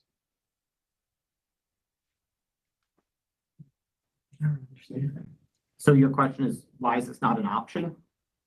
Yeah, why is it not? Why wouldn't it be an exemption or an option rather than a replacement? I mean, in my mind, the way I worded it that way is I think it should replace it. It would provide an additional revenue stream, so facilities could keep up with growth. It wouldn't prevent development from proceeding in areas that are in school areas that are over the prescribed adequacy standards. So in my mind, it makes a lot more sense as a replacement, and that's why I worded the motion in that way. So, I'm sorry. No, I want to speak after this is concluded. Yeah, Okay, me too. Alphonse? After the Yeah. minute. Oh, after him or after the minute? No, point of order of how we're processing the amendment. So the amendment should be its own motion. Okay. And so it would be to replace the words, surplus with surcharge. Yeah. Right. Same with similar, and add tailored to Howard County data. Yeah, which she did. He asked him to, if he would, and I seconded. But we still have to vote it. But Yeah, we're not there yet. Yeah, right. no, so the amendment has to be voted on separately as an amendment. Yes. But that's not what's written up there. That is the original motion with the amended language in red. So, I see your point. Yeah, she'd have to put it back if it failed, I guess. Yes. Well, or start, you. no, so start the in motion. recording the vote on the amendment, it needs to be its own line so that Right, the because you're amendment not. can be recorded as a vote. Yeah. So point of order, would it be helpful that the amendment would be to modify the original motion such that surcharge or surplus is Yeah, replaced by replaced, surcharge? Yeah, Yes. yeah. Secondly, Same as same replaced is replaced by by similar. is similar. Mhm. And thirdly, the notion of, Add tailored to tailored Howard to County. Howard data. tailored to Howard County. Right. The fact that I know we didn't vote for a friendly amendment, but the fact that I accepted this as a friendly amendment, doesn't that just not change the overall motion? We have to No. first No. vote on No. it. Okay. And I always had the understanding that yes, if everybody accepted it, you didn't have to vote. That's always my understanding. But that's not the process we accepted. Mhm. We accepted the other process. So do we need to wait for Linda to finish typing, or are we clear now on what the amendment is? She's just gonna finish typing as we, oh, but she's our recorder too. Come on. So. Yeah, so let's first, is discussion finished on the amendment? So we can vote on the amendment. As soon as Linda's ready, we'll commence.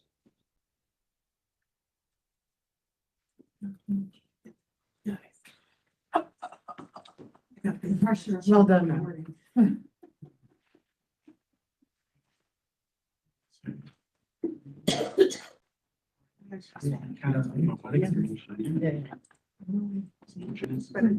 Right. You guys are more particular than the county council. Literally, they don't do all this. Yeah. Okay, so, Okay, we'll call for the vote. Wait, we need to. yeah, I think you sort of made the motion then, please, on the amendment. Was that Paul? I thought No, Dan. Dan, Let's clarify. Laura second. And Laura seconded. So now we have to vote that this is what we're discussing. Voting on.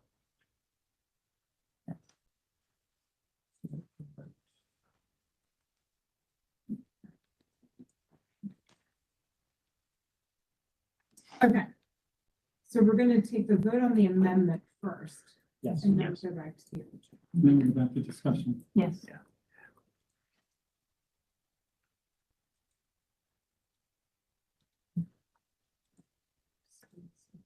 I'll fix this later, so I'll never this.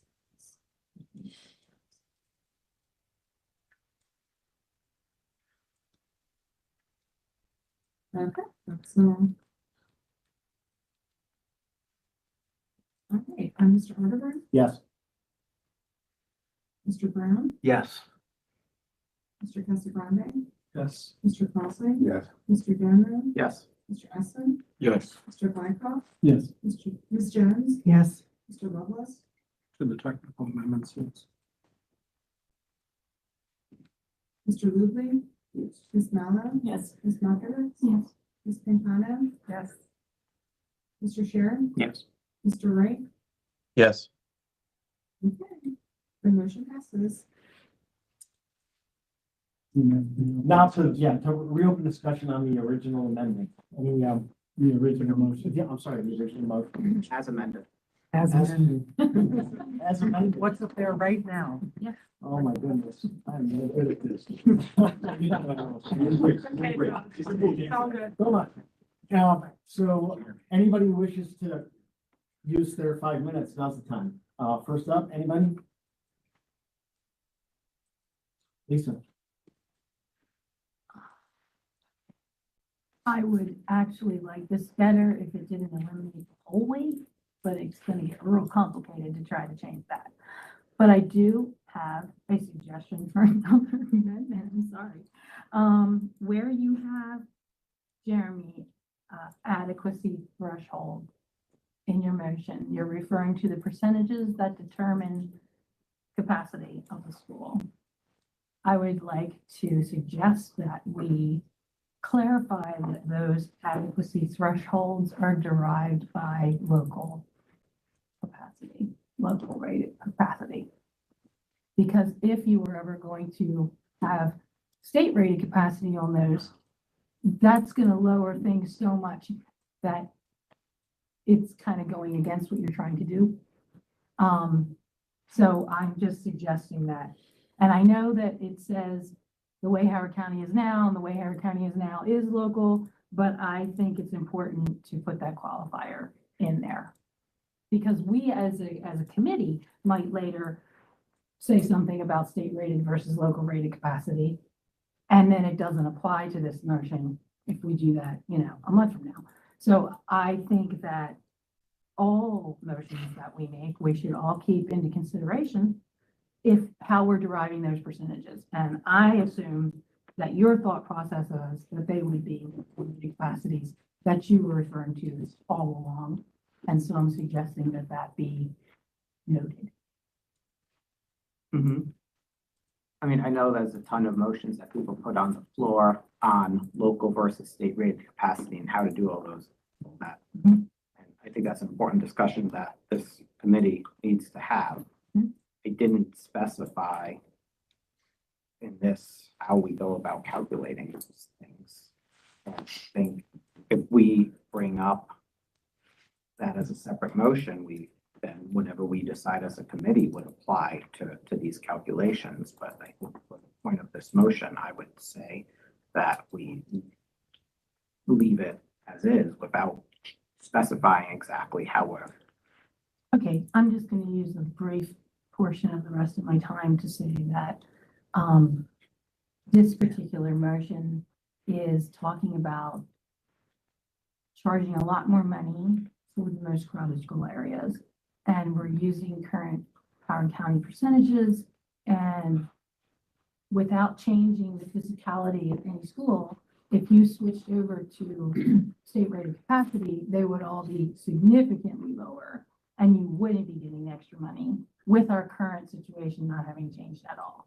You wouldn't be getting much extra money because state rated would bring those percentages down so far from where they are now. And so I actually think we should vote this amendment as to this motion referring to adequacy thresholds as state rated capacity. I mean, local rated capacity. Like, you could counter that and say that you should have the utilization percentages be adjusted too, if you were to adjust the capacity to state. Well, yeah, You should probably adjust the all of the utilization percentages that have to do with capacity percentages. In the motion, you're referring to them as adequacy thresholds. But it would pretty much anywhere where you're determining the capacity percentage of the school, whether you retain a capacity chart, whether you do an area capacity, whether you do tiers, whether you do utilization rates. There's like 5 different ways that MoCo defines these percentages. I'm saying everywhere where your motion in general is referring to all of those different kind of percentages as adequacy thresholds, that we are assuming that that we are talking about local rated capacities.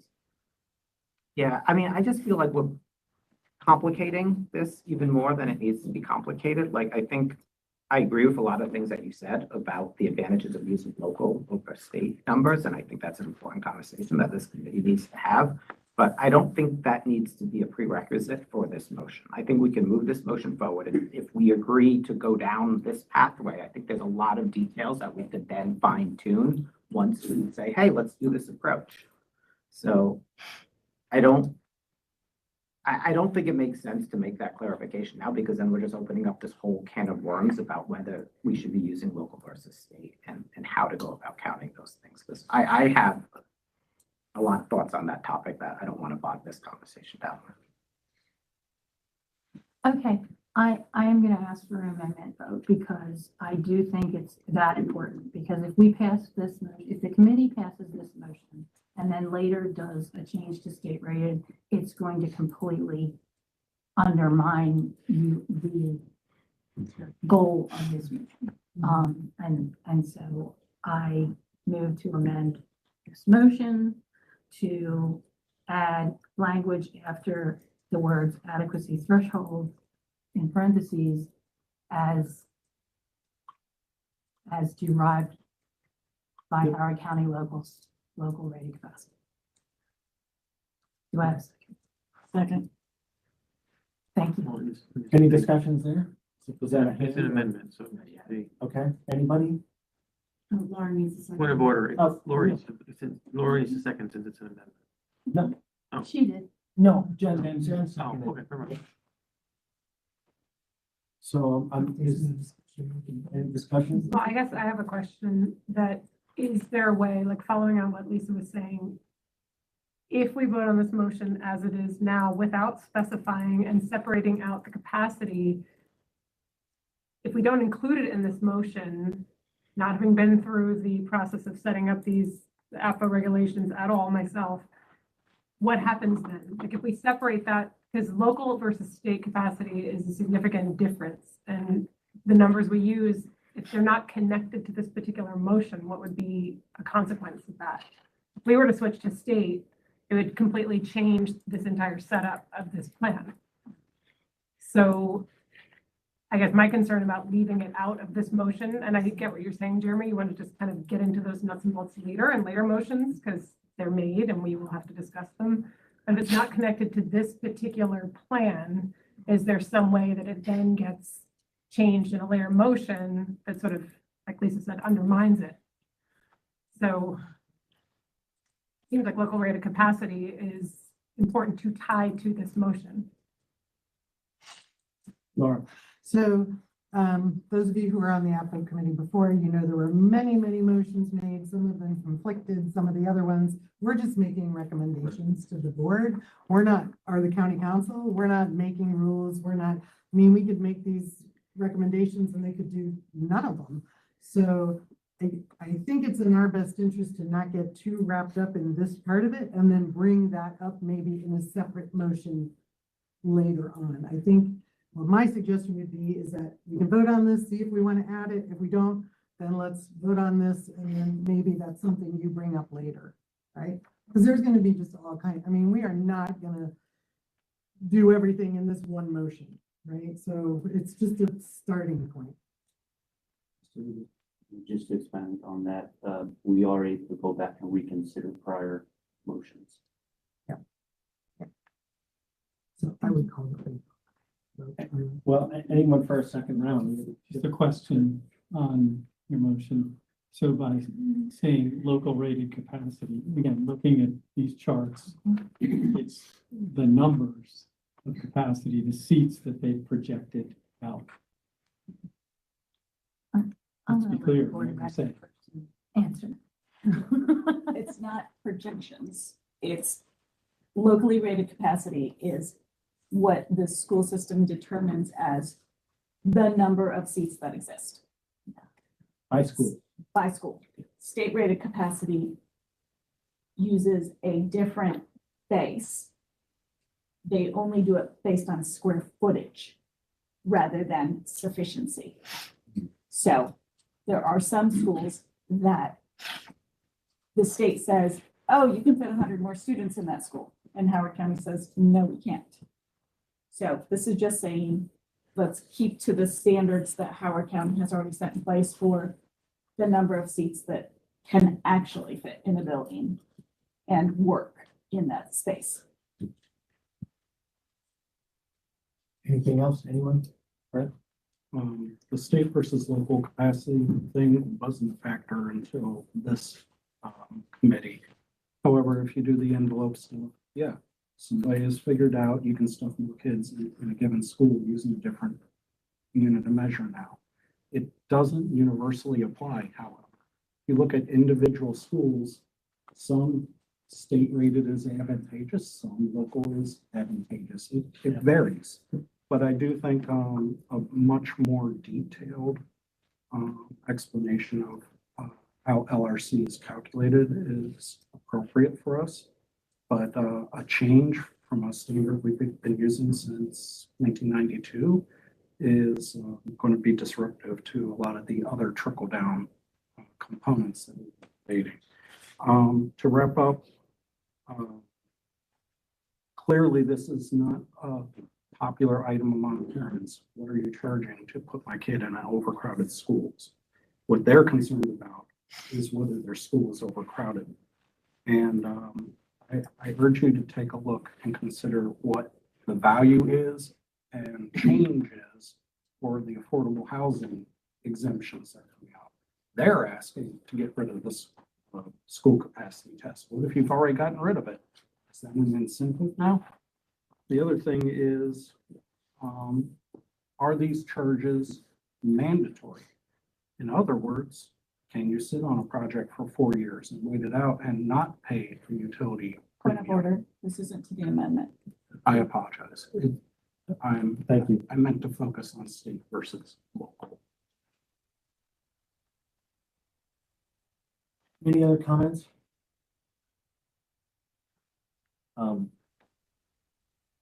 Let's call for the vote on the amendment, to add Lisa's amendment to add, as derived by Howard County LRC. I know.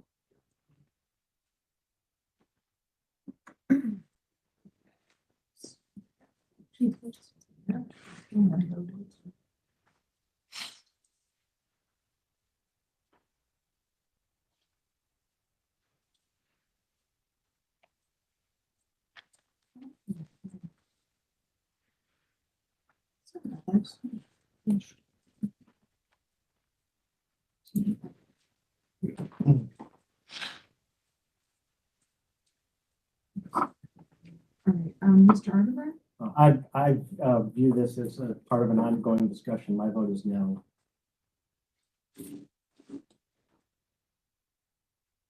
Mr. Brown, My vote is no. Mr. Casagrande, Yes.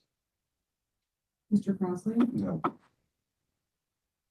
Mr. Jonah, I'm voting no, but not to say I don't think we should use local. I just think that's one of multiple details that we'll need to sort out if the overall motion passes.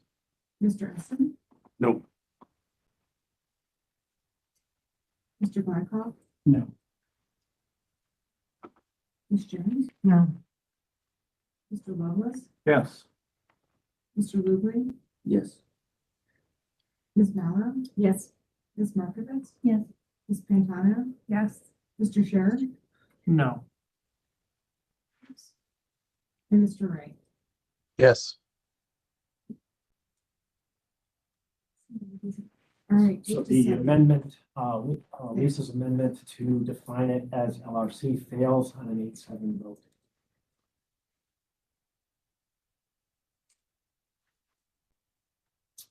So we revert to discussion on the original amendment as amended, the original Motion. motion as amended by amendment 1.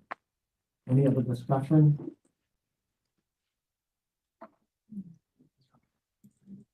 Then let's call for the vote.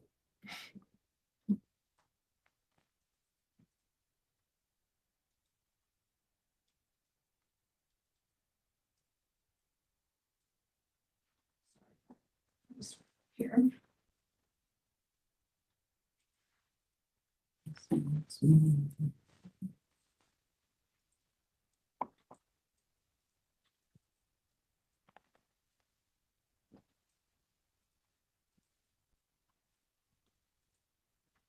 Now I'm going back to the original. All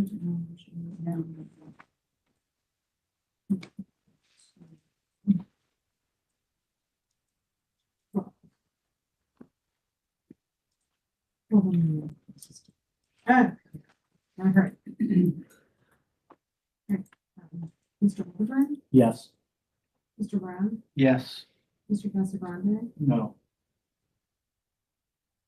Mr. Crossley, Yes. Mr. Jones, Yes. Mr. Usler, Yes. Mr. Wykoff, Yes. Ms. Jones, Yes. Mr. Lovelace, No to pay to play. Mr. Ludwig, Yes. Ms. Mallow, Yes. Ms. Markovitz, Because of the whole school test being eliminated, I'm gonna say no. Mr. Sharon, or Ms. Pantano,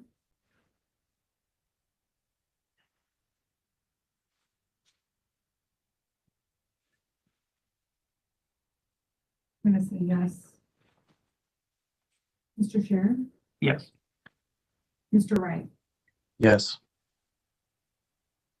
So the motion passes 12-3. Thank you all. It's a little after 8. Rather than entertaining a new motion, I want to entertain a quick discussion, if I may, before we leave for the night. Excuse me, I also do have one more item. I just want to go over just the calendar, just kind of a couple of dates. Okay.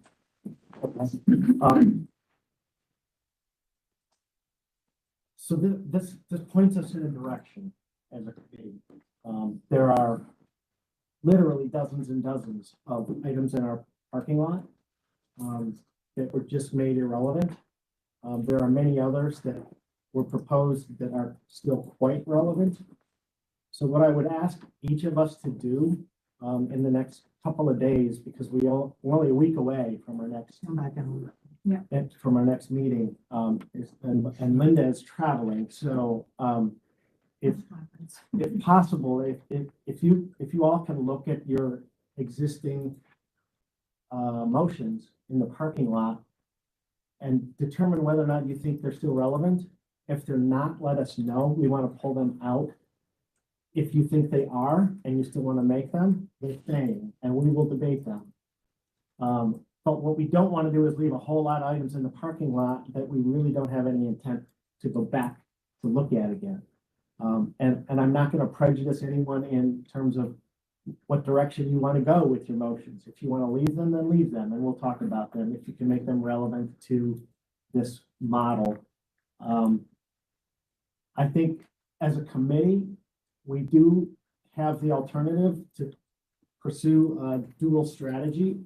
However, I don't think the committee has the bandwidth to do it and accomplish anything in the next 4 meetings, something like that before our public hearing, and then subsequent presentation to the county council. So unless I hear a rousing, no, we want to do a dual approach where one, we're doing revising the existing system, or two, we're really digging in and looking at how we can make this new Jeremy's proposal work for Howard County. That would be my preference, to stay focused on now the direction we chose as a committee on a 12-3 vote. So let me open that up to any kind of discussion. Paul, maybe. Yeah. I was just going to suggest, in addition to looking at the motions you've already put in the parking lot for continued relevance, given this motion, are there new motions which should be considered in light of this? Fair. Yeah. So really two different things. Lisa. I agree that there are probably a lot that people feel aren't needed, but I do think that if we hopefully could do it quickly, that I wouldn't want to have the council say they were just not desirous to do this suggestion, and they're wondering what the committee felt like. Well, what percentages would you like to see? What did you want to change 105, 110, and 115? What was your opinion on that if we aren't willing to do this? So they're very different things, right? So I agree that we can't get bogged down in knowing what our majority is likely to want, but we don't actually know what our majority really wants as far as those numbers, if they had to consider those numbers. I'm not saying consider every single thing. We should all take a hard look and realize we just passed 12-3 and change not needing all the motions that we have. But I would like to suggest, please, that we do have a vote about those capacity numbers so that people can be heard within those thoughts, because we don't know what people's thoughts are there yet if the council did not want to do this. Yeah, the question is just where are the limits of that? You know, how many different items there are, because there are a lot. And I hear you. But I don't know that we can go down both paths. We can have a conversation instead of really lengthy debate and say, let's take a straw poll. How many people want this number? How many people want this number? We could do something more informal and then understand that the outcome of that numerically could be a quick motion. I just hate for the council to not even know what this committee would have decided if we weren't gonna do that. If they weren't gonna do that. So, and that's the second question. I think I know the answer to this. It's going to be a silly question. Does the county council look at and make motions based off of our recommendations, or can the county council completely go off script of our They can recommendations? blow it up. Yeah. And I would agree with Lisa, because if we don't get any kind of input, then it's left to the county council and there's no input or anything here, even if it's a recognition of a dissenting vote or something. I understand what you're saying. Yeah, no, that's why I wanted to bring it up. Let's do this if you're both in agreement, and Jeremy, I'll go back to you as well. If the three of you can kind of coordinate your thoughts with one another and figure out, what do you think the list is that we should be making recommendations on? So we can at least set some guardrails around it. Because I feel like we could get really bogged down really fast. We could take a lot of time going down a path that we're making recommendations of, well, what we would have done if we hadn't done this would have been this and this and this. And I think we could get just consumed by it as a committee. And so I would, if you're up for it, and Jeremy, you're up for it, and Lisa, you're up for it, if the three of you could just kind of think about what that might look like, what that list might look like, let's get that together. And again, I'm not sure we need to be ready for that for next Wednesday, but it would probably be helpful. We can probably look at a variety of other items that really track with the vote we just took, that we can occupy ourselves with next Wednesday. That doesn't mean we're not coming back to it, just we've got to get ready for next Wednesday and do some things that are substantive. And with Linda's absence, it's going to be a bit of a challenge. It's to work. I'm gonna need a conference, so in my spare time, I can get some things done. I do have a question, if I may, very quickly. With the dissent, one of the things we talked about was having the dissent kind of summary of what the discussion is. So, do you want to send me your summary thoughts? We want to talk about it now, how you would like me to capture this? The three dissenting votes, is there somebody that wants to be the minority Supreme Court justice? If I may, I mean, Yeah, I'd like to hear from you. if Lisa's amendment had passed, I would have voted yes. So I think I may make a motion to, it will be essentially the same verbatim, but with Lisa's language. I mean, because you said you didn't want to do it as part of that vote. I mean, so when do you do it is my, It will, you could make a completely separate motion. You that's a- don't have to attach it to his. well, that's what I was gonna do, but Yeah. just put Lisa's language Yeah. in his motion and vote on that. And that's, And in fairness, there's a whole bunch of people that identified that, the LRC versus SRC in the existing parking lot. So I don't expect that that's gonna everybody's gonna drop that off their list. I expect that we will be coming back to that. so that's, I just don't know if the dissent piece of it may kind of get mooted, was my thought. Yeah, that's okay. How, Capturing what we Yeah. have promised to capture. so I don't know if someone else is voting against it. That was my. Well, I said why I voted against it, and I'm good with just keeping that statement from me on my dissenting vote, which was, I didn't like the idea of having just the complete capacity test eliminated. I know it's complicated, but I would have rather have had extra charges to get out of the most crowded places and still have waits for like less crowded places, so to speak. And because I'm shocked that developer would want this, because it's really expensive. I'm kind of surprised. waiting. Well, yes, that's why I'm saying time, like time is money, so like the most crowded places versus the medium crowded places, not one size fits all thing. That's why I said no. So I'm just explaining why I said no. Thank you.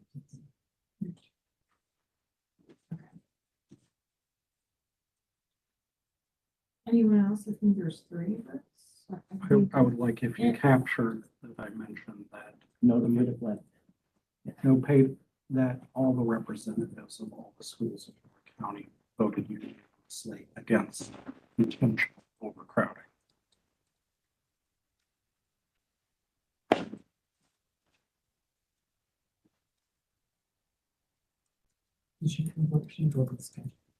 No.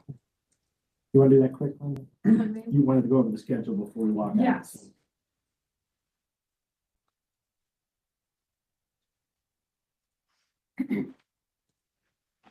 So just a quick reminder, just on the. All right, upcoming meeting dates. So yes, quick turnaround, just because we needed to fit, we didn't need to, we wanted to, and yes, we kind of do need to fit in 2 meeting dates in the month of April, given the spring break holiday. The second and the first of the month and the last of the month were the 2 meeting dates prior to the public hearing.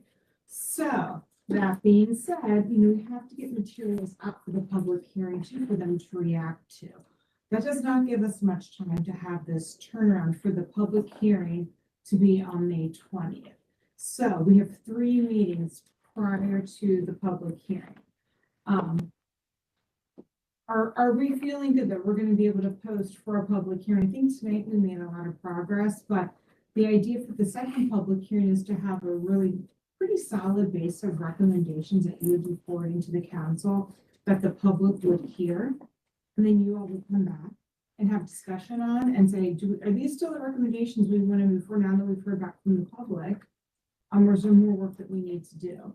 Keep in mind that under the county code, it says your recommendations would be submitted to the county executive and county council within 1 year of convening. Your 1 year of convening is August.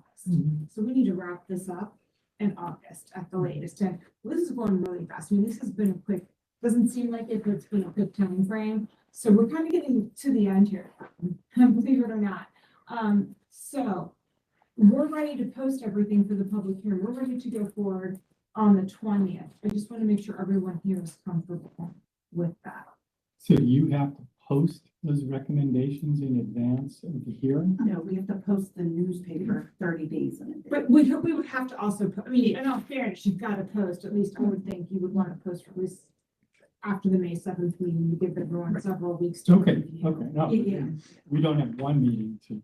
We have 3. Yeah, we have 3. We have 3 Okay. meetings, and I I would say think we after should the 7th, come up with some. we would, take a couple days to compile everything in a readable, legible format. I think we can come up with something. Okay. To post those for the public to react to. So when you have your public hearing, we would have those. The public would have had time, we would go over this quickly. I think the public hearing would start with a brief presentation. Here you go, folks. Here we've deliberated. Here's where we've come up with. Here's so far the majority of the recommendations we have. We want to hear from you now. What do you think? The only way to get it done is to set a deadline. Okay. Well. Yep. And then that gives you June and July to kind of come back. And we're gonna need a little bit of time as staff to distill that information at the end of May. So maybe we would probably, given June, people are on vacation, so you guys need a little bit of a break.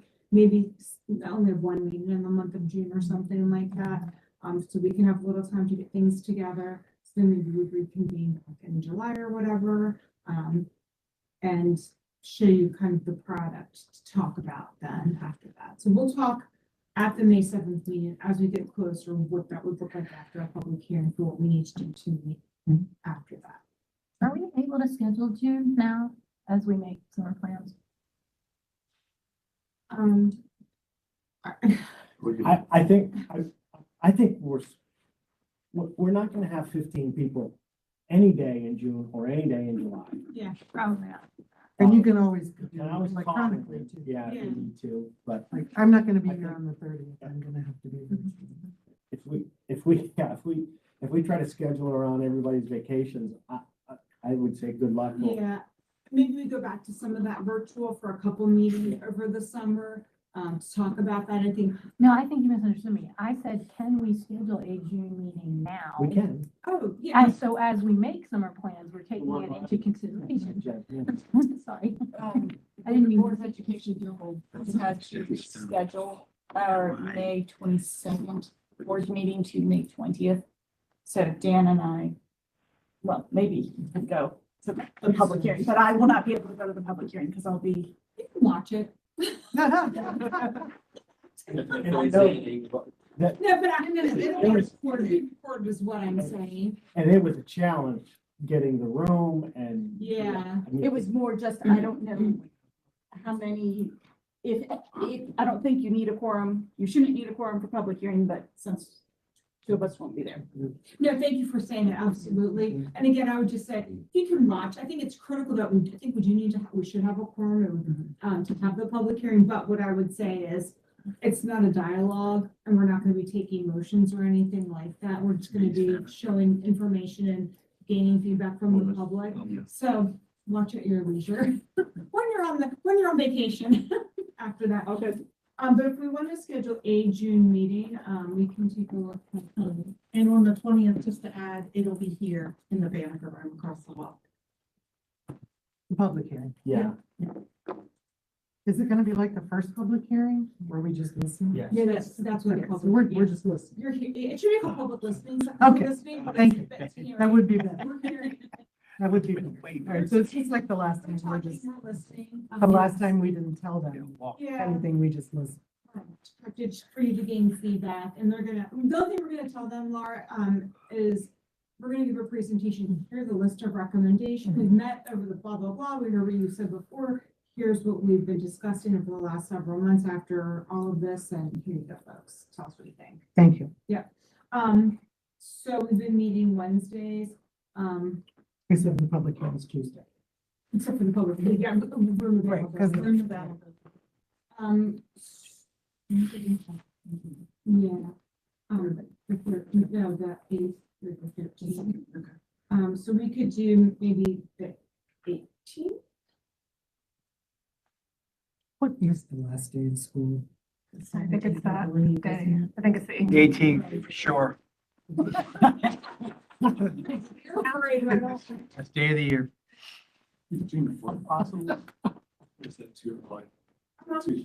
I understand. You were doing it too long here. 30 years, brother. We could do the 4th.